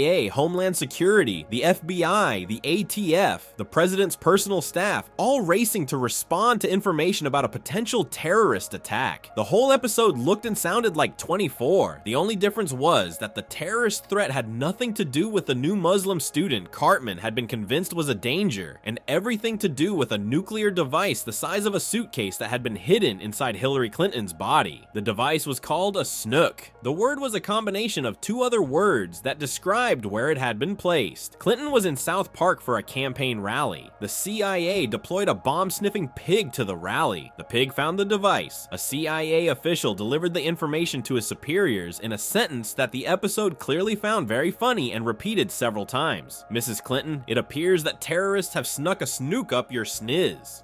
The episode then tracked two parallel stories simultaneously. In one, Kyle was at home sick and using the internet to trace the source of the threat through Google searches, YouTube accounts, MySpace pages, and eBay purchase histories. He identified the organizers of the attack, a group of Russian terrorists led by a man named Vladimir Stolfsky, who had been posting his activities across multiple social media platforms with remarkable transparency. In the other story, Cartman had been trying to get Bahir arrested for terrorism since the opening minutes of the episode had failed completely because Bahir was not a terrorist and had inadvertently set off a chain of events that led to the snook being discovered. Every government agency in America fought over jurisdiction of Kyle's bedroom once he started finding useful information. Homeland Security broke in and announced they were taking over. The FBI broke in and announced they were taking over from Homeland Security. The ATF broke in and announced they were taking over from the FBI. The president's personal staff broke in and took over from the ATF. The joke was about bureaucratic competition, the way American security agencies spent as much energy fighting each other over who was in charge of a crisis as they spent actually addressing it. This was not an invented criticism. Congressional investigations into the September 11th attacks had found in real life that different government agencies had failed to share information with each other in ways that might have made a difference. South Park was making a comedy out of a documented institutional failure. Hillary Clinton's Southern accent appeared in the episode exactly as it had appeared in the real Selma speech. The animated Clinton stepped to the podium at the South Park rally and addressed the crowd in the same thick, sudden, obviously performed drawl that had made headlines 3 weeks earlier. "It is so nice to be back in a small town like the one I came from," she said, in an accent that bore no relationship to any place she had ever actually lived. The crowd cheered. The joke was precise and required no explanation for anyone who had seen the news coverage. The real Clinton campaign did not respond publicly to the episode. There was no press release, no spokesperson statement, no official reaction. Clinton was a sitting United States senator and an active presidential candidate. The Secret Service was responsible for her physical security. The episode depicted a nuclear device being hidden inside her body by Russian terrorists working on behalf of the British government, who were planning to detonate it in Boston. None of this generated an official government response. This absence is worth thinking about. South Park had, by this point, depicted sitting presidents as bumbling sitcom characters, depicted a president being manipulated by military advisors into invading random locations, depicted the United States government as being responsible for staging the September 11th attacks as a conspiracy within a conspiracy, and depicted government security agencies as hopelessly tangled in their own competition for credit and jurisdiction. None of these depictions had generated formal government responses either. The show existed in a space that official Washington found difficult to respond to without looking worse than if they had said nothing. Responding to South Park meant acknowledging that a cartoon had gotten under your skin. Not responding meant the episode existed without any official pushback, which had its own risks for a politician who was trying to project confidence and control.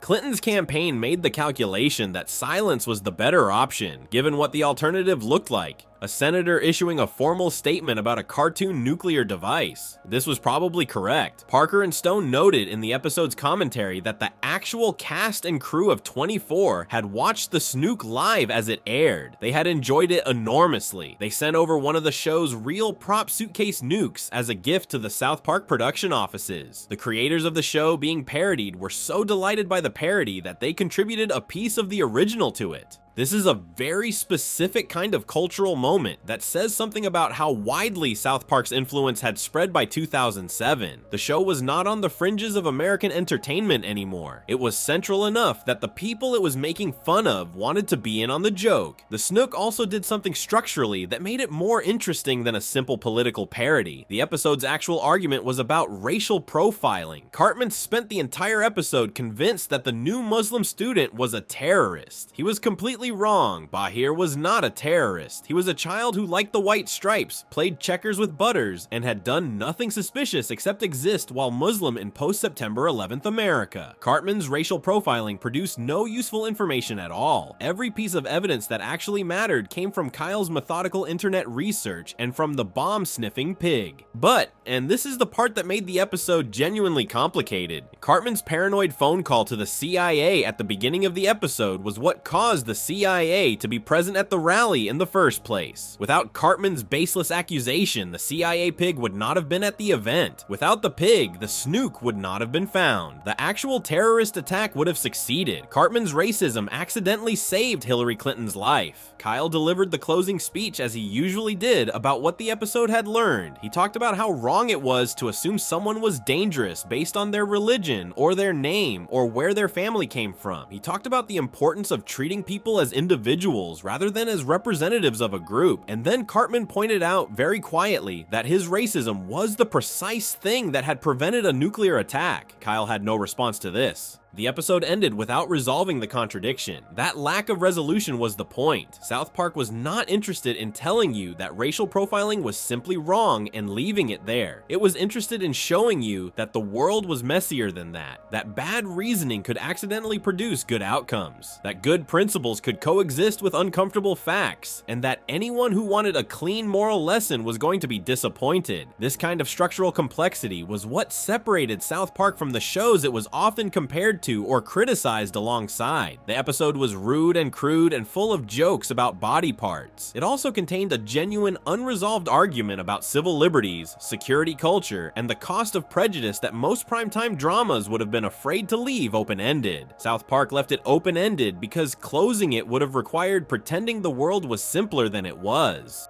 It was praised by critics for its precision as a 24 parody and for the specific accuracy of details like Clinton's southern accent. It demonstrated that South Park in its 11th season was operating at the height of its ability to take a specific real-world moment, identify exactly what was funny and complicated about it, and build an episode around that identification within days of the moment occurring. It also demonstrated that South Park was willing to do to politicians what no other show on American television was doing. Clinton was not a fringe figure being mocked at a safe distance. She was a sitting senator, a former first lady, and the leading candidate for the Democratic presidential nomination. She was one of the most powerful and most recognizable political figures in the country, and South Park put a nuclear device inside her and made the ticking clock of its removal the central action sequence of an episode that aired to millions of viewers on a Wednesday night. Nobody sued, nobody issued a statement, nobody called for the episode to be pulled. That quiet was its own kind of acknowledgement that by 2007, South Park had established itself so firmly as a place where nothing and nobody was off limits that even the people being mocked had accepted this as a basic fact of American cultural life. What they had not yet accepted, and what nobody had quite reckoned with, was what would happen when the show tried to do the same thing to a political figure who did not accept being mocked as a basic fact of anything. That reckoning would take nearly another decade to arrive, and when it did, it would not come quietly. It would come with the whole country watching, with records being broken, and with the White House putting its anger into writing for everyone to read, quote, _7 _. But before that confrontation, South Park had to survive the one time it failed completely on its own. The season where reality outsmarted the writers, the election nobody in the building saw coming, and the scramble that followed. Section 9, Member Berries, and the season that got ambushed by reality. Season 20, 2016. On the night of November 8th, 2016, Trey Parker and Matt Stone were in the middle of a television season they had already written themselves into a corner with. Not a small corner, a corner where the entire structure of 10 episodes of television depended on one specific outcome of a presidential election, and that outcome was not happening. To understand how badly season 20 fell apart, you have to understand how confidently it had been built. Parker and Stone had spent the months before the season premiere constructing something they had never attempted before in 20 years of making South Park. They were going to tell one continuous story across all 10 episodes of the season, not a loose collection of related themes, not episodes that occasionally referenced each other, one actual serialized narrative with a beginning, a middle, and an ending that would play out week by week from September through December and arrive at a conclusion that meant something. The story they chose to tell was about the 2016 presidential election. The vehicle for the election storyline was a character who had been introduced in season 19 and had already become one of the show's most useful creations, Mr. Garrison, the boys' school teacher who had run for president on a platform of extreme immigration policy. Garrison's campaign was built on a promise to deal with illegal immigration by a method so violent and so obscene that the show could not actually describe it on television beyond saying he would perform a specific act on every undocumented person in the country until they left. It was South Park's version of Donald Trump's 2016 campaign. Not a careful one-to-one comparison, but a broad, grotesque amplification of the thing that made Trump's candidacy so strange and so alarming to the people who found it alarming. Garrison in season 19 had been running as a joke. He had been trying to lose. He had said increasingly outrageous things specifically to disqualify himself, and the crowd had loved him more with every outrageous thing he said. This was South Park's observation about how Trump's campaign worked. That the normal rules of political behavior, where saying something offensive was supposed to hurt you, had stopped applying. Garrison's despair at his own success was a direct translation of something many journalists and commentators had observed about Trump himself, that he seemed genuinely surprised, at various points, by how well things were going. For season 20, Parker and Stone built the story around Garrison running against Hillary Clinton. In the show, Clinton was represented as herself, shown debating Garrison, shown in campaign coverage, shown as the obvious and inevitable winner of an election that everyone around her had already decided was over. The member berries appeared in the season premiere as a new element, small purple fruits with faces that talked, that offered people a sense of warm nostalgia for things they remembered from childhood, and that slowly revealed a dark side as the season progressed. The member berries were the season's genuinely brilliant invention. They would start by saying things like "Member Chewbacca," delivered in a high-pitched cheerful voice, and the person eating them would smile and feel comforted. Then, as the conversation continued, the member berries would start saying other things. Remember when marriage was just between a man and a woman? Remember when there weren't so many Mexicans? Remember feeling safe? Remember Reagan? The nostalgia slid without announcement from harmless pop culture warmth into something that was clearly meant to evoke a specific kind of political feeling. The feeling of wanting things to go back to the way they were, even when the way they were was not actually better for everyone. This was Parker and Stone's argument about what was driving Trump's support. Not just anger, not just economic anxiety, nostalgia, a specific emotional pull toward a past that may or may not have been as good as it felt in memory, used by political forces who understood that feeling better than the people experiencing it did. Randy Marsh became addicted to member berries. He ate them constantly. They made him feel better about a world that was confusing and uncomfortable. The member berries were doing exactly what nostalgia does, making the present feel worse by comparison to a softened version of the past. The season was also tracking multiple other storylines simultaneously.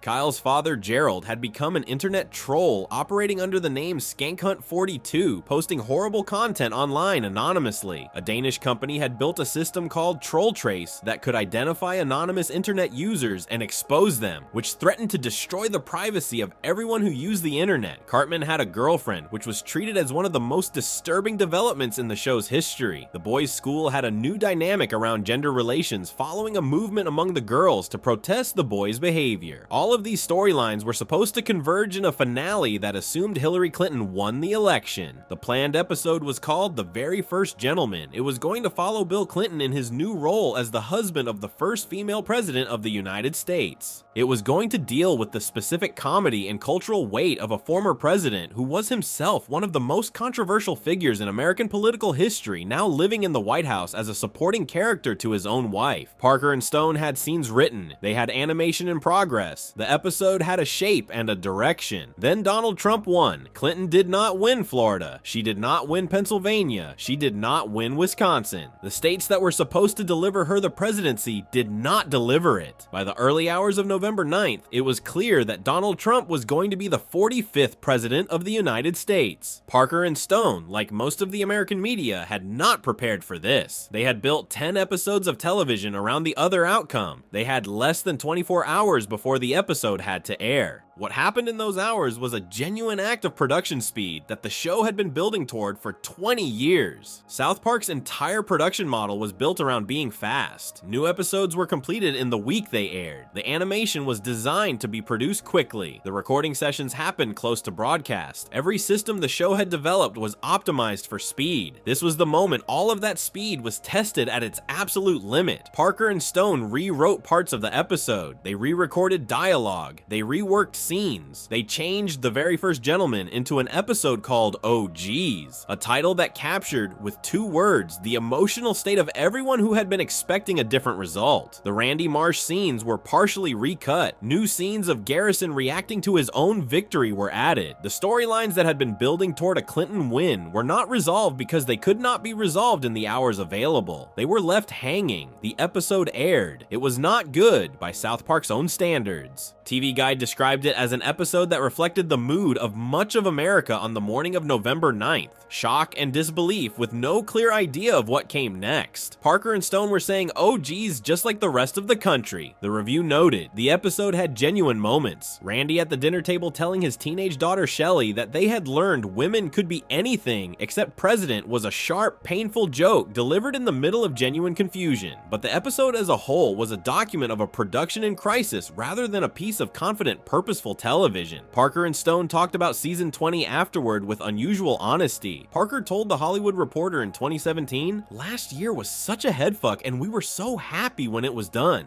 Stone described the experience of full serialization as something that trapped them, that the way South Park was made was not compatible with telling one long story across an entire season, because the world changed faster than the story could accommodate. They had locked themselves into a narrative that depended on knowing how reality was going to go, and reality had not cooperated. The Member Berries storyline, which had been building toward a specific meaning in the context of a Clinton victory, lost its resolution. The Troll storyline involving Gerald and Troll Trace reached a conclusion that many viewers found rushed and unsatisfying. The Cartman and Heidi storyline, which had introduced a genuinely new and interesting version of Cartman as someone in an actual relationship, was left at a point that felt incomplete. Of the season's 5 major storylines, only the Gerald trolling arc reached anything close to a proper ending. Parker and Stone also confronted something in season 20 that was different from anything they had faced before. They had spent years using Mr. Garrison as a proxy for Trump, a way of engaging with the phenomenon of Trump's rise, without having to deal with Trump directly. This had worked while Trump was a candidate. Once Trump won the election and became the actual president of the United States, Garrison could not do the same job anymore. The real thing had happened. The surrogate was no longer sufficient. Garrison was now written as the president of the United States within the show. But he could not really be used to comment on Trump's presidency in any meaningful way, because the show would have had to follow a character who was supposed to be president while the actual president was doing actual things that the show would also need to respond to. The two tracks, Garrison as surrogate president and Trump as actual president, could not both exist in the same story without creating a mess. So Parker and Stone made a decision. They largely sidelined Garrison. They pulled the surrogate off stage and left Trump himself alone. This retreat lasted for the better part of a decade. The show kept making episodes. It kept being funny. It kept landing sharp observations about the culture. But the direct engagement with Trump that season 20 had promised and then failed to deliver was quietly shelved. Mr. Garrison appeared occasionally in subsequent seasons, but was kept at a distance from anything directly presidential. By the end of season 26, he had been written out of the presidency entirely, leaving the show with a clean political slate for the first time since 2015. Parker and Stone needed that clean slate. They were preparing something, not a response to a specific moment or a specific episode or a specific political controversy. A full return, the most direct, the most aggressive, and the most personal engagement with a sitting president that South Park had ever attempted. They had spent nearly a decade watching. They had seen what the presidency looked like from the inside of the show's world. They had felt what happened when they committed too deeply to a political prediction and got it wrong. They were not going to make that mistake again.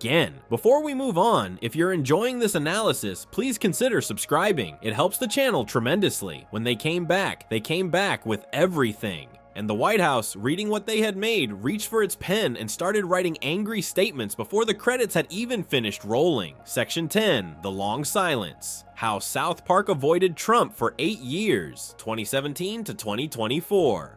After season 20 ended in December 2016, Trey Parker gave an interview and said something that sounded simple but was actually one of the most deliberate creative decisions South Park had ever made. He said they were done trying to out-crazy what was actually happening. That sentence contained the whole explanation for what came next, or more accurately, for what did not come next. For the following 8 years, South Park did not depict Donald Trump directly, not once. The man who had been the most talked about person in America, who dominated the news every single day of his presidency, who was being satirized by every other comedy show on television in ways that ranged from sharp to desperate. South Park left him alone. While Saturday Night Live was doing Trump impressions every week, while late night hosts were building entire careers around Trump material, while the rest of the entertainment industry was producing an almost industrial volume of Trump content, Parker and Stone quietly pointed their cameras somewhere else. This was not an accident. It was not laziness. It was a strategy, and understanding it requires understanding what South Park had learned from the wreckage of season 20. The lesson was not that Trump was too dangerous to mock. The lesson was more specific and more interesting than that. South Park had spent season 20 treating Trump's rise as a story with a predictable ending, and the story had refused to end the way they predicted. The show had been caught making assumptions about reality, and reality had embarrassed it publicly. Parker and Stone were not people who repeated mistakes. They had been making South Park for 20 years by a process of constant rapid adjustment, watching what worked, watching what failed, and changing accordingly. Season 20 had failed in a very specific way, and they identified the failure earlier precisely. The problem was not the Trump material itself. The member Barrys had been genuinely brilliant. The observation about nostalgia as a political force was sharp and ahead of most mainstream commentary. The Mr. Garrison surrogate had worked well through season 19. The problem was the dependency, the way the whole season had been built on an assumption about what reality was going to do, which made the show hostage to something it could not control. South Park's strength had always been its speed and its flexibility. Season 20 had sacrificed both of those things in the pursuit of a long, ambitious narrative. When the narrative's foundation collapsed on election night, there was nothing underneath it. So Parker and Stone did something that required a kind of confidence most television shows do not have. They stepped back from the biggest story in America and let everyone else fight over it. Stone explained the reasoning in the 2017 interview with The Hollywood Reporter. He said the show was not compatible with full serialization. He said they had gotten jealous of streaming shows that could tell one story across an entire season, and they had tried to do that thing, and it had exposed the fundamental difference between how South Park was made and how those other shows were made. South Park was made in the week it aired. The writer's room convened on Monday.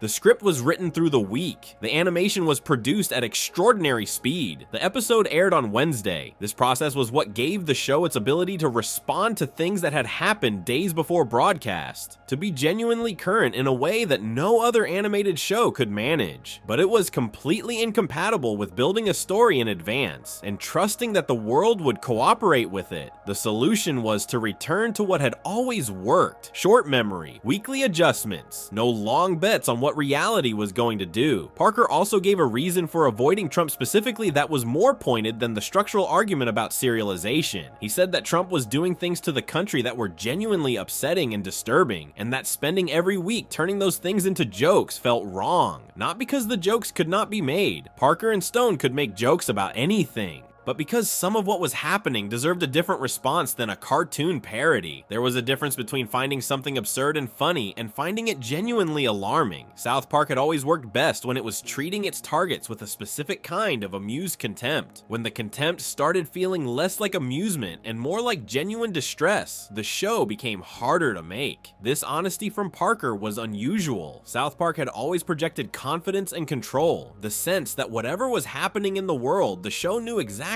how to handle it. Admitting that something was actually hard to deal with was a different kind of statement. Mr. Garrison remained nominally the president within the show's internal world through seasons 21 and 22, but his presidential storylines became thinner, shorter, and increasingly disconnected from anything Trump was actually doing. He appeared in episodes, but was not the focus of them. The show moved back toward the boys, toward Stan, Kyle, Cartman, and Kenny having adventures in South Park that were about immediate, local, human things rather than national political narratives. This was the return Parker had talked about wanting. He had said in 2017 that they just wanted to go back to the kids. Season 21 and the seasons that followed were largely that. South Park doing what South Park had always done best, which was finding the most absurd possible version of something real and building 22 minutes around it. The show was still making sharp political observations during this period. It was still commenting on the culture in ways that were specific and funny and occasionally cutting. Season 22 had an episode that dealt with school shootings in a way that was so precise and so painful that it generated significant discussion. Season 23 made an episode about climate change that was a partial reversal of the mockery South Park had previously aimed at climate science. Randy Marsh's Tegrity Farm storyline, which ran across multiple seasons, was a sustained piece of absurdist comedy about the marijuana industry that worked on its own terms without needing to be about Trump at all. But the show was noticeably quieter about the presidency than it had been at any point in its history. This quietness had a specific effect on the cultural conversation about South Park during these years. People who had been watching the show for decades started asking questions. Some wondered if Parker and Stone had lost their nerve. Some wondered if the $900 million deal they had signed with Comedy Central and Paramount in 2020, which guaranteed new episodes through 2027, had made them less willing to take risks. Some wondered if Trump was simply too close to their own sensibility for them to find the satirical distance they needed. All of these theories circulated in articles and comment sections and podcast discussions about what South Park was doing and why.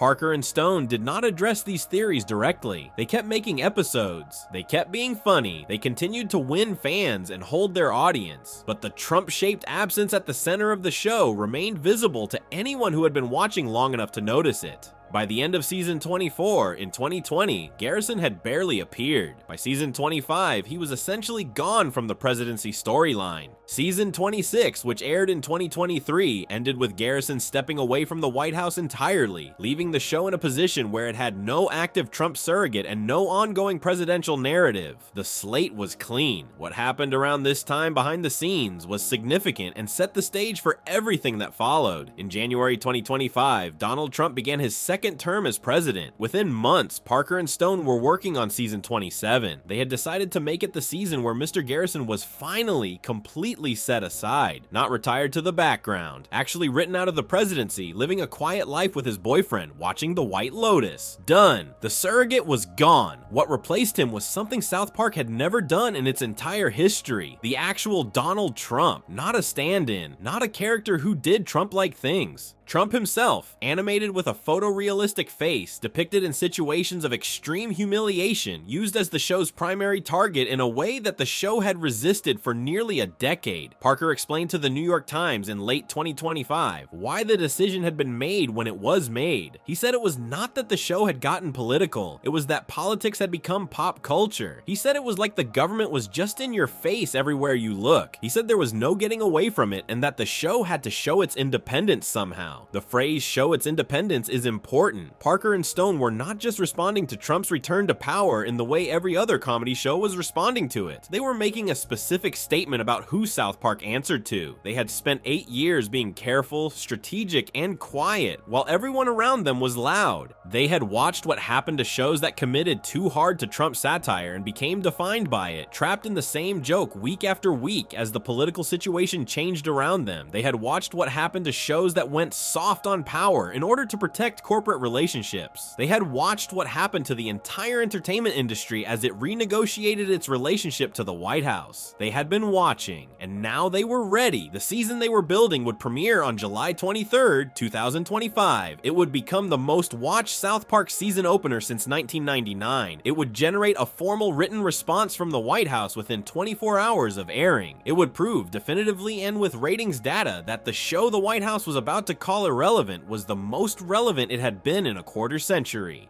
Before we move on, if you're enjoying this analysis, please consider subscribing. It helps the channel tremendously. But before any of that could happen, Parker and Stone had one more corporate battle to fight, because the company that owned the platform they were about to release the most explosive South Park season in decades on had just done something that made their position inside the entertainment industry genuinely complicated. Something that the season premiere would address directly in the first 10 minutes, with a joke about Jesus Christ and a canceled late-night host.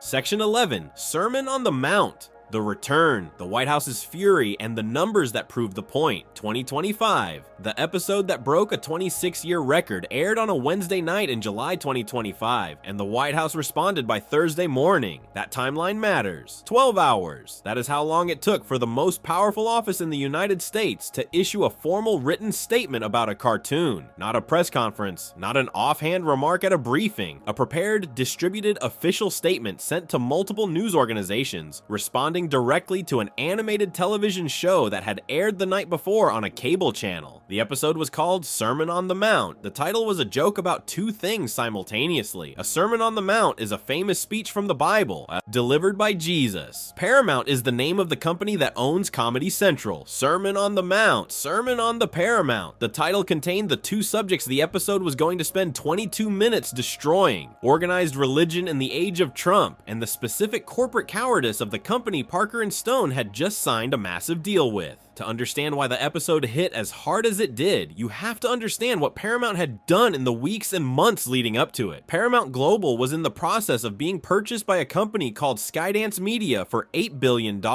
This merger required approval from the Federal Communications Commission, the government body that oversees broadcast media in the United States. The FCC chair at the time had been appointed by Donald Trump. The merger's approval was therefore, in practical terms, something that required the Trump administration to not object to it. Paramount needed the White House to be comfortable with the deal. In the months before the season 27 premiere, Paramount settled a lawsuit with Trump for $16 million. The lawsuit had been filed over a 60 minutes interview with Kamala Harris during the 2024 campaign that Trump claimed had been unfairly edited. Legal experts had said publicly that the case had no real legal foundation and would not survive in court. Paramount settled it anyway. Then, shortly after the settlement, The Late Show with Stephen Colbert, which had been broadcast on CBS, a network owned by Paramount, was canceled. Colbert had been one of the most prominent voices on late-night television making fun of Trump. His show was gone. Parker and Stone had watched all of this happening in real time. They had also been in the middle of contentious contract negotiations with Paramount about the terms of their ongoing relationship with the network. In July 2025, just before the season premiered, they signed a new deal worth $1.5 billion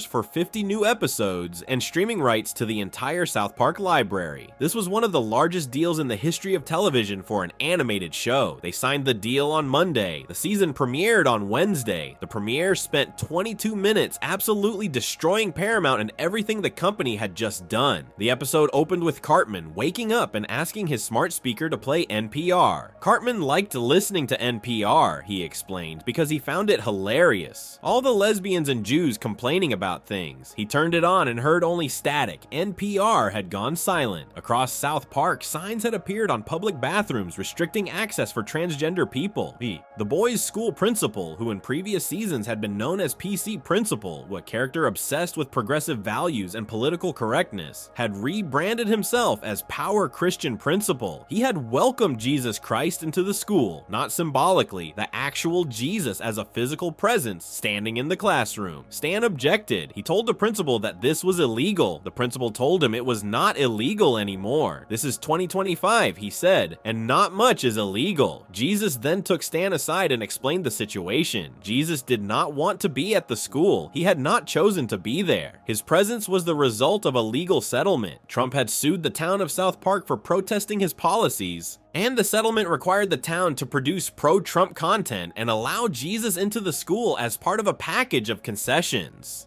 Jesus tried to warn Stan and the other residents not to fight back. He pointed to what had happened to CBS. He pointed to what had happened to Colbert. He said the same thing would happen to anyone who pushed back without the legal and financial power to survive the consequences. Do you really want to end up like Colbert? Jesus said. This was Parker and Stone making their position on what Paramount had done completely clear. They had just signed a deal worth $1.5 billion with the company. They had taken the money, and in the first episode produced under that deal, they had put Jesus Christ on screen to describe Paramount's capitulation to Trump as a warning to others about what happens when you give in. The parallel was not hidden. It was the entire point. The episode then introduced the figure everyone had been waiting for.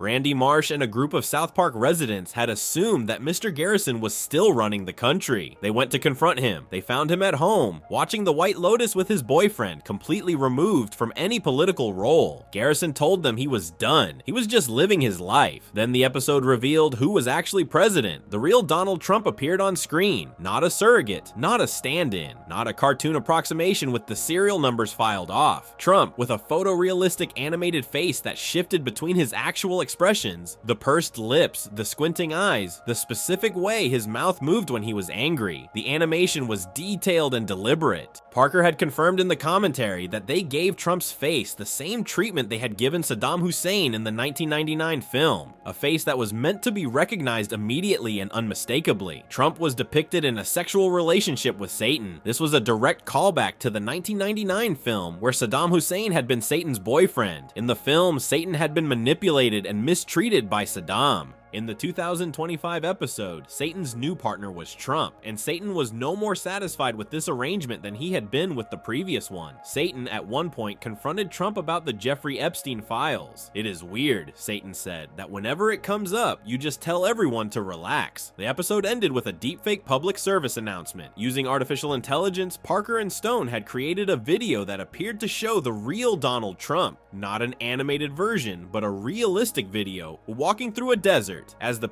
PSA progressed, Trump removed his clothes and collapsed naked in the sand. The camera showed him lying there, and the tagline appeared: Trump, his penis is teeny tiny, but his love for us is large. This PSA had required a specific conversation with Comedy Central about whether a certain part of the body would be blurred. Parker confirmed at San Diego Comic-Con, which took place the day after the episode aired, that the network had wanted to blur it. Parker had refused. The compromise reached was that the relevant anatomy was given animated eyes and thereby classified as a character rather than an exposed body part. Parker said, if we put eyes on the penis, we won't blur it. And then that was a whole conversation for about 4 days. It is a character. The episode aired. It drew 5.9 million viewers in its first 3 days across all platforms. This was the highest number for a South Park season premiere since season 3 had aired in October 1999. 26 years. The show had not opened a season to this many viewers since the Clinton administration. The episode became the #1 telecast across all of cable television on the night it aired. It received an audience score of 82% on Rotten Tomatoes from over 1,000 reviews. By Thursday morning, the White House had issued its response. A spokesperson named Taylor Rogers sent a statement to multiple news organizations. The statement read, "This show has not been relevant for over 20 years and is hanging on by a thread with uninspired ideas in a desperate attempt for attention. President Trump has delivered on more promises in just 6 months than any other president in our country's history, and no fourth-rate show can derail President Trump's hot streak." The statement also accused the political left of hypocrisy, noting that South Park had spent years being criticized by liberals for offensive content and was now being praised by those same liberals for going after Trump. The left has no authentic or original content, the statement said, which is why their popularity continues to hit record lows. Parker's response at Comic-Con the following day was 2 words: "We are terribly sorry," then a long silence. Then he stared into the audience without blinking. Stone said about the episode's central content, "They said we could blur the penis." And then he stopped talking. The White House had called a show irrelevant that had just broken a 26-year ratings record. It had called a show a desperate attempt for attention from an administration whose response to the show had generated enormous additional attention for it. The statement had been picked up by every major news organization in the country. Articles were written, cable news panels debated it, social media spent 2 days discussing whether South Park was relevant, which is precisely the kind of discussion that only happens about things that are very relevant indeed. Parker and Stone had signed a deal worth $1.5 billion with a company that was actively trying to stay in the good graces of the administration. They had used the first product of that deal to make the most aggressive statement about that administration that South Park had ever produced. They had done this knowing exactly what the response would be. They had counted on the response being what it was. The episode was not just a piece of comedy, it was a demonstration, a proof of concept. Parker had said they needed to show their independence somehow. This was the showing. The independence was not theoretical. It was on screen with a fake presidential penis and Satan in a dead late night show. And it had just become the most watched thing South Park had produced since the 20th century. Before we move on, if you're enjoying this analysis, please consider subscribing. It helps the channel tremendously. What came next made the premiere look like a warm-up. Because the administration was about to make a mistake so perfectly timed and so completely absurd that South Park could not have written it better themselves, and in doing so would hand Parker and Stone the single best punchline of the entire season without having to do anything except wait. Section 12, the DHS recruitment ad and what happened next. When the government used South Park against itself, 2025, 2 weeks after the White House called South Park a fourth-rate show that had not been relevant in over 20 years, a department of that same White House posted South Park content on its official government social media account to recruit employees. Read that again slowly. The Department of Homeland Security, a cabinet-level government agency responsible for immigration enforcement, border security, and national safety, took animated imagery directly from the South Park episode that had been mocking the Trump administration and used it in an official recruitment video for immigration and customs enforcement officers. The same show, the same episode, the same characters, posted on a verified government account as a serious attempt to attract new workers to a federal agency. The episode they pulled the imagery from was called Got a Nut. It was the second episode of season 27, which had aired on August 6, 2025. The episode had featured Mr.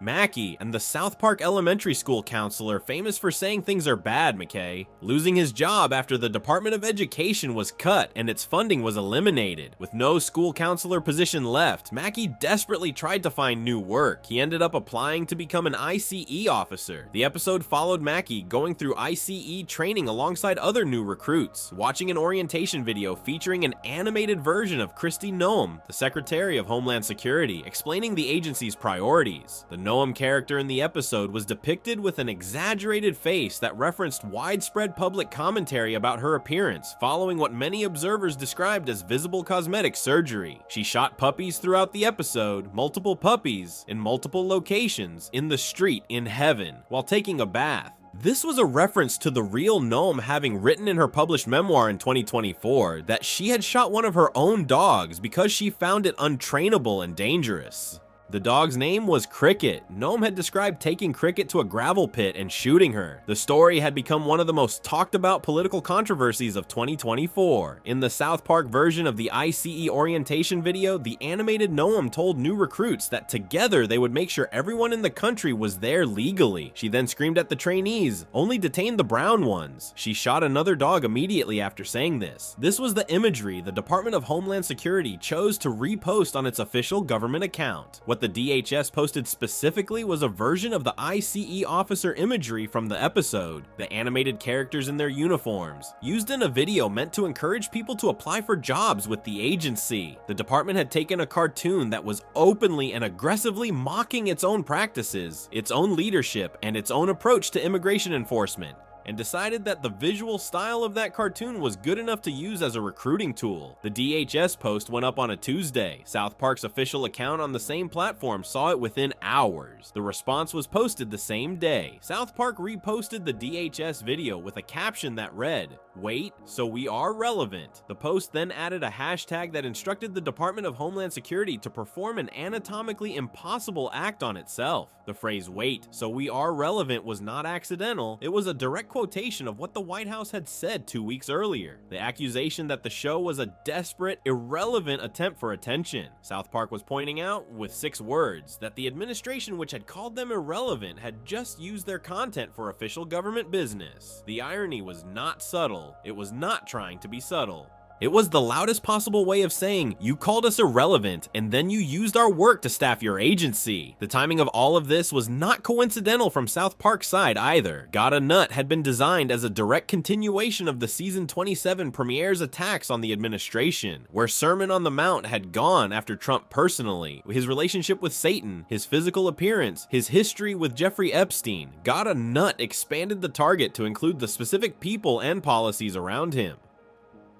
Cartman's storyline in the episode took aim at conservative podcast culture. A 4th grade student named Clyde had become a popular far-right podcaster, saying increasingly extreme things about minorities and women and Jewish people to a growing online audience. Cartman, who had spent the entire run of the show being South Park's resident bigot, was furious. Not because Clyde's content was offensive, because Clyde was getting more attention for being offensive than Cartman was. The episode was arguing through this storyline that the rise of far-right podcast culture was less about genuine belief and more about a competition for attention and provocation. That the content was a strategy rather than a conviction. The Clyde character was a direct reference to Charlie Kirk, the founder of a conservative organization called Turning Points USA, who had become one of the most prominent voices in the MAGA media ecosystem.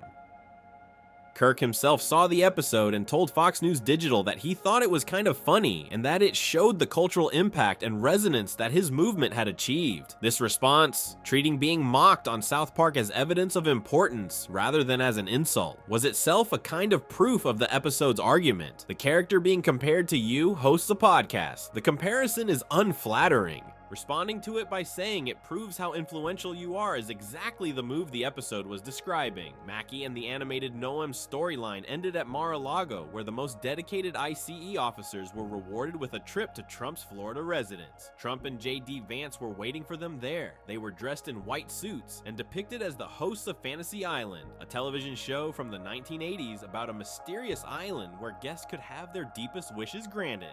The specific reference was to the show's most famous image, two men in white suits greeting arriving guests with the phrase, the plane, which communicated, without needing to explain itself, that Mar-a-Lago had become a place where powerful people arrived to receive favors and access in exchange for loyalty. The episode drew more viewers than the premiere that had broken the 26-year record, got a nut scored over 6.2 million global multi-platform views in its first 3 days. This was, according to Paramount, the biggest viewership share for any individual South Park episode in the show's entire history. The show that the White House had described as hanging on by a thread had just set an all-time record 2 weeks after being called irrelevant. Parker and Stone spoke to the New York Times in November 2025 as season 28 was airing.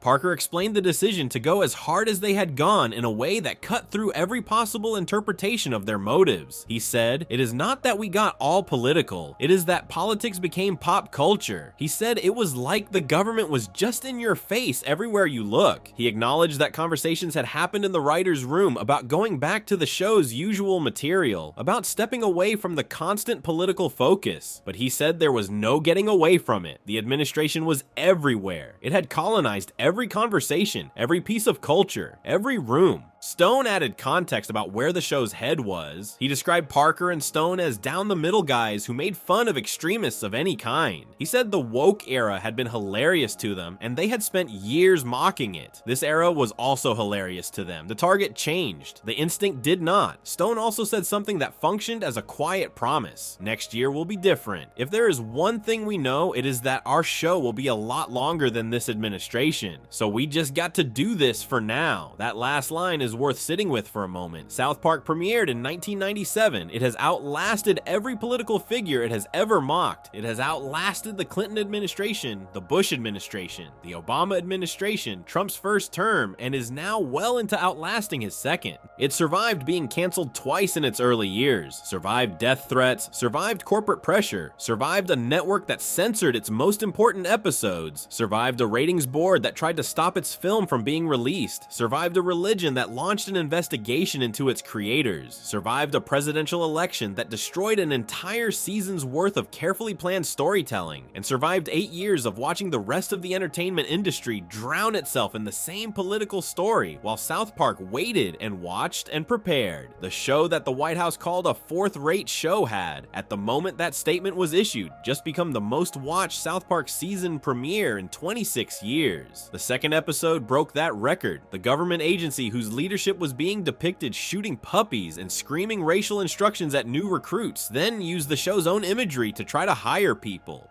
Parker responded to the death of Stephen Colbert's show by putting Jesus on screen to warn South Park's residents about what happens when you give in. Stone spent 4 days in a conversation with Comedy Central about whether a presidential body part needed to be blurred. None of this is metaphor, none of it is exaggeration. These are the facts in sequence of what happened when South Park came back from its long silence and decided to show its independence.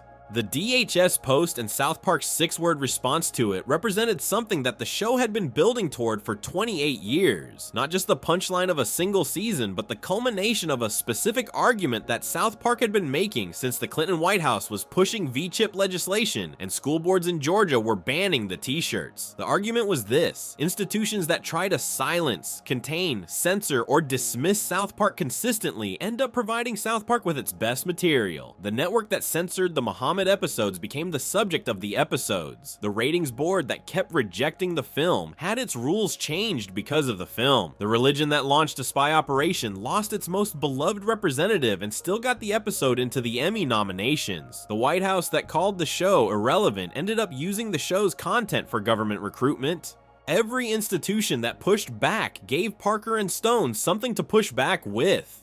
That pattern is not going to stop. Parker said so directly. The show will be here longer than the administration. It will find the next thing after this one and make an episode about that too.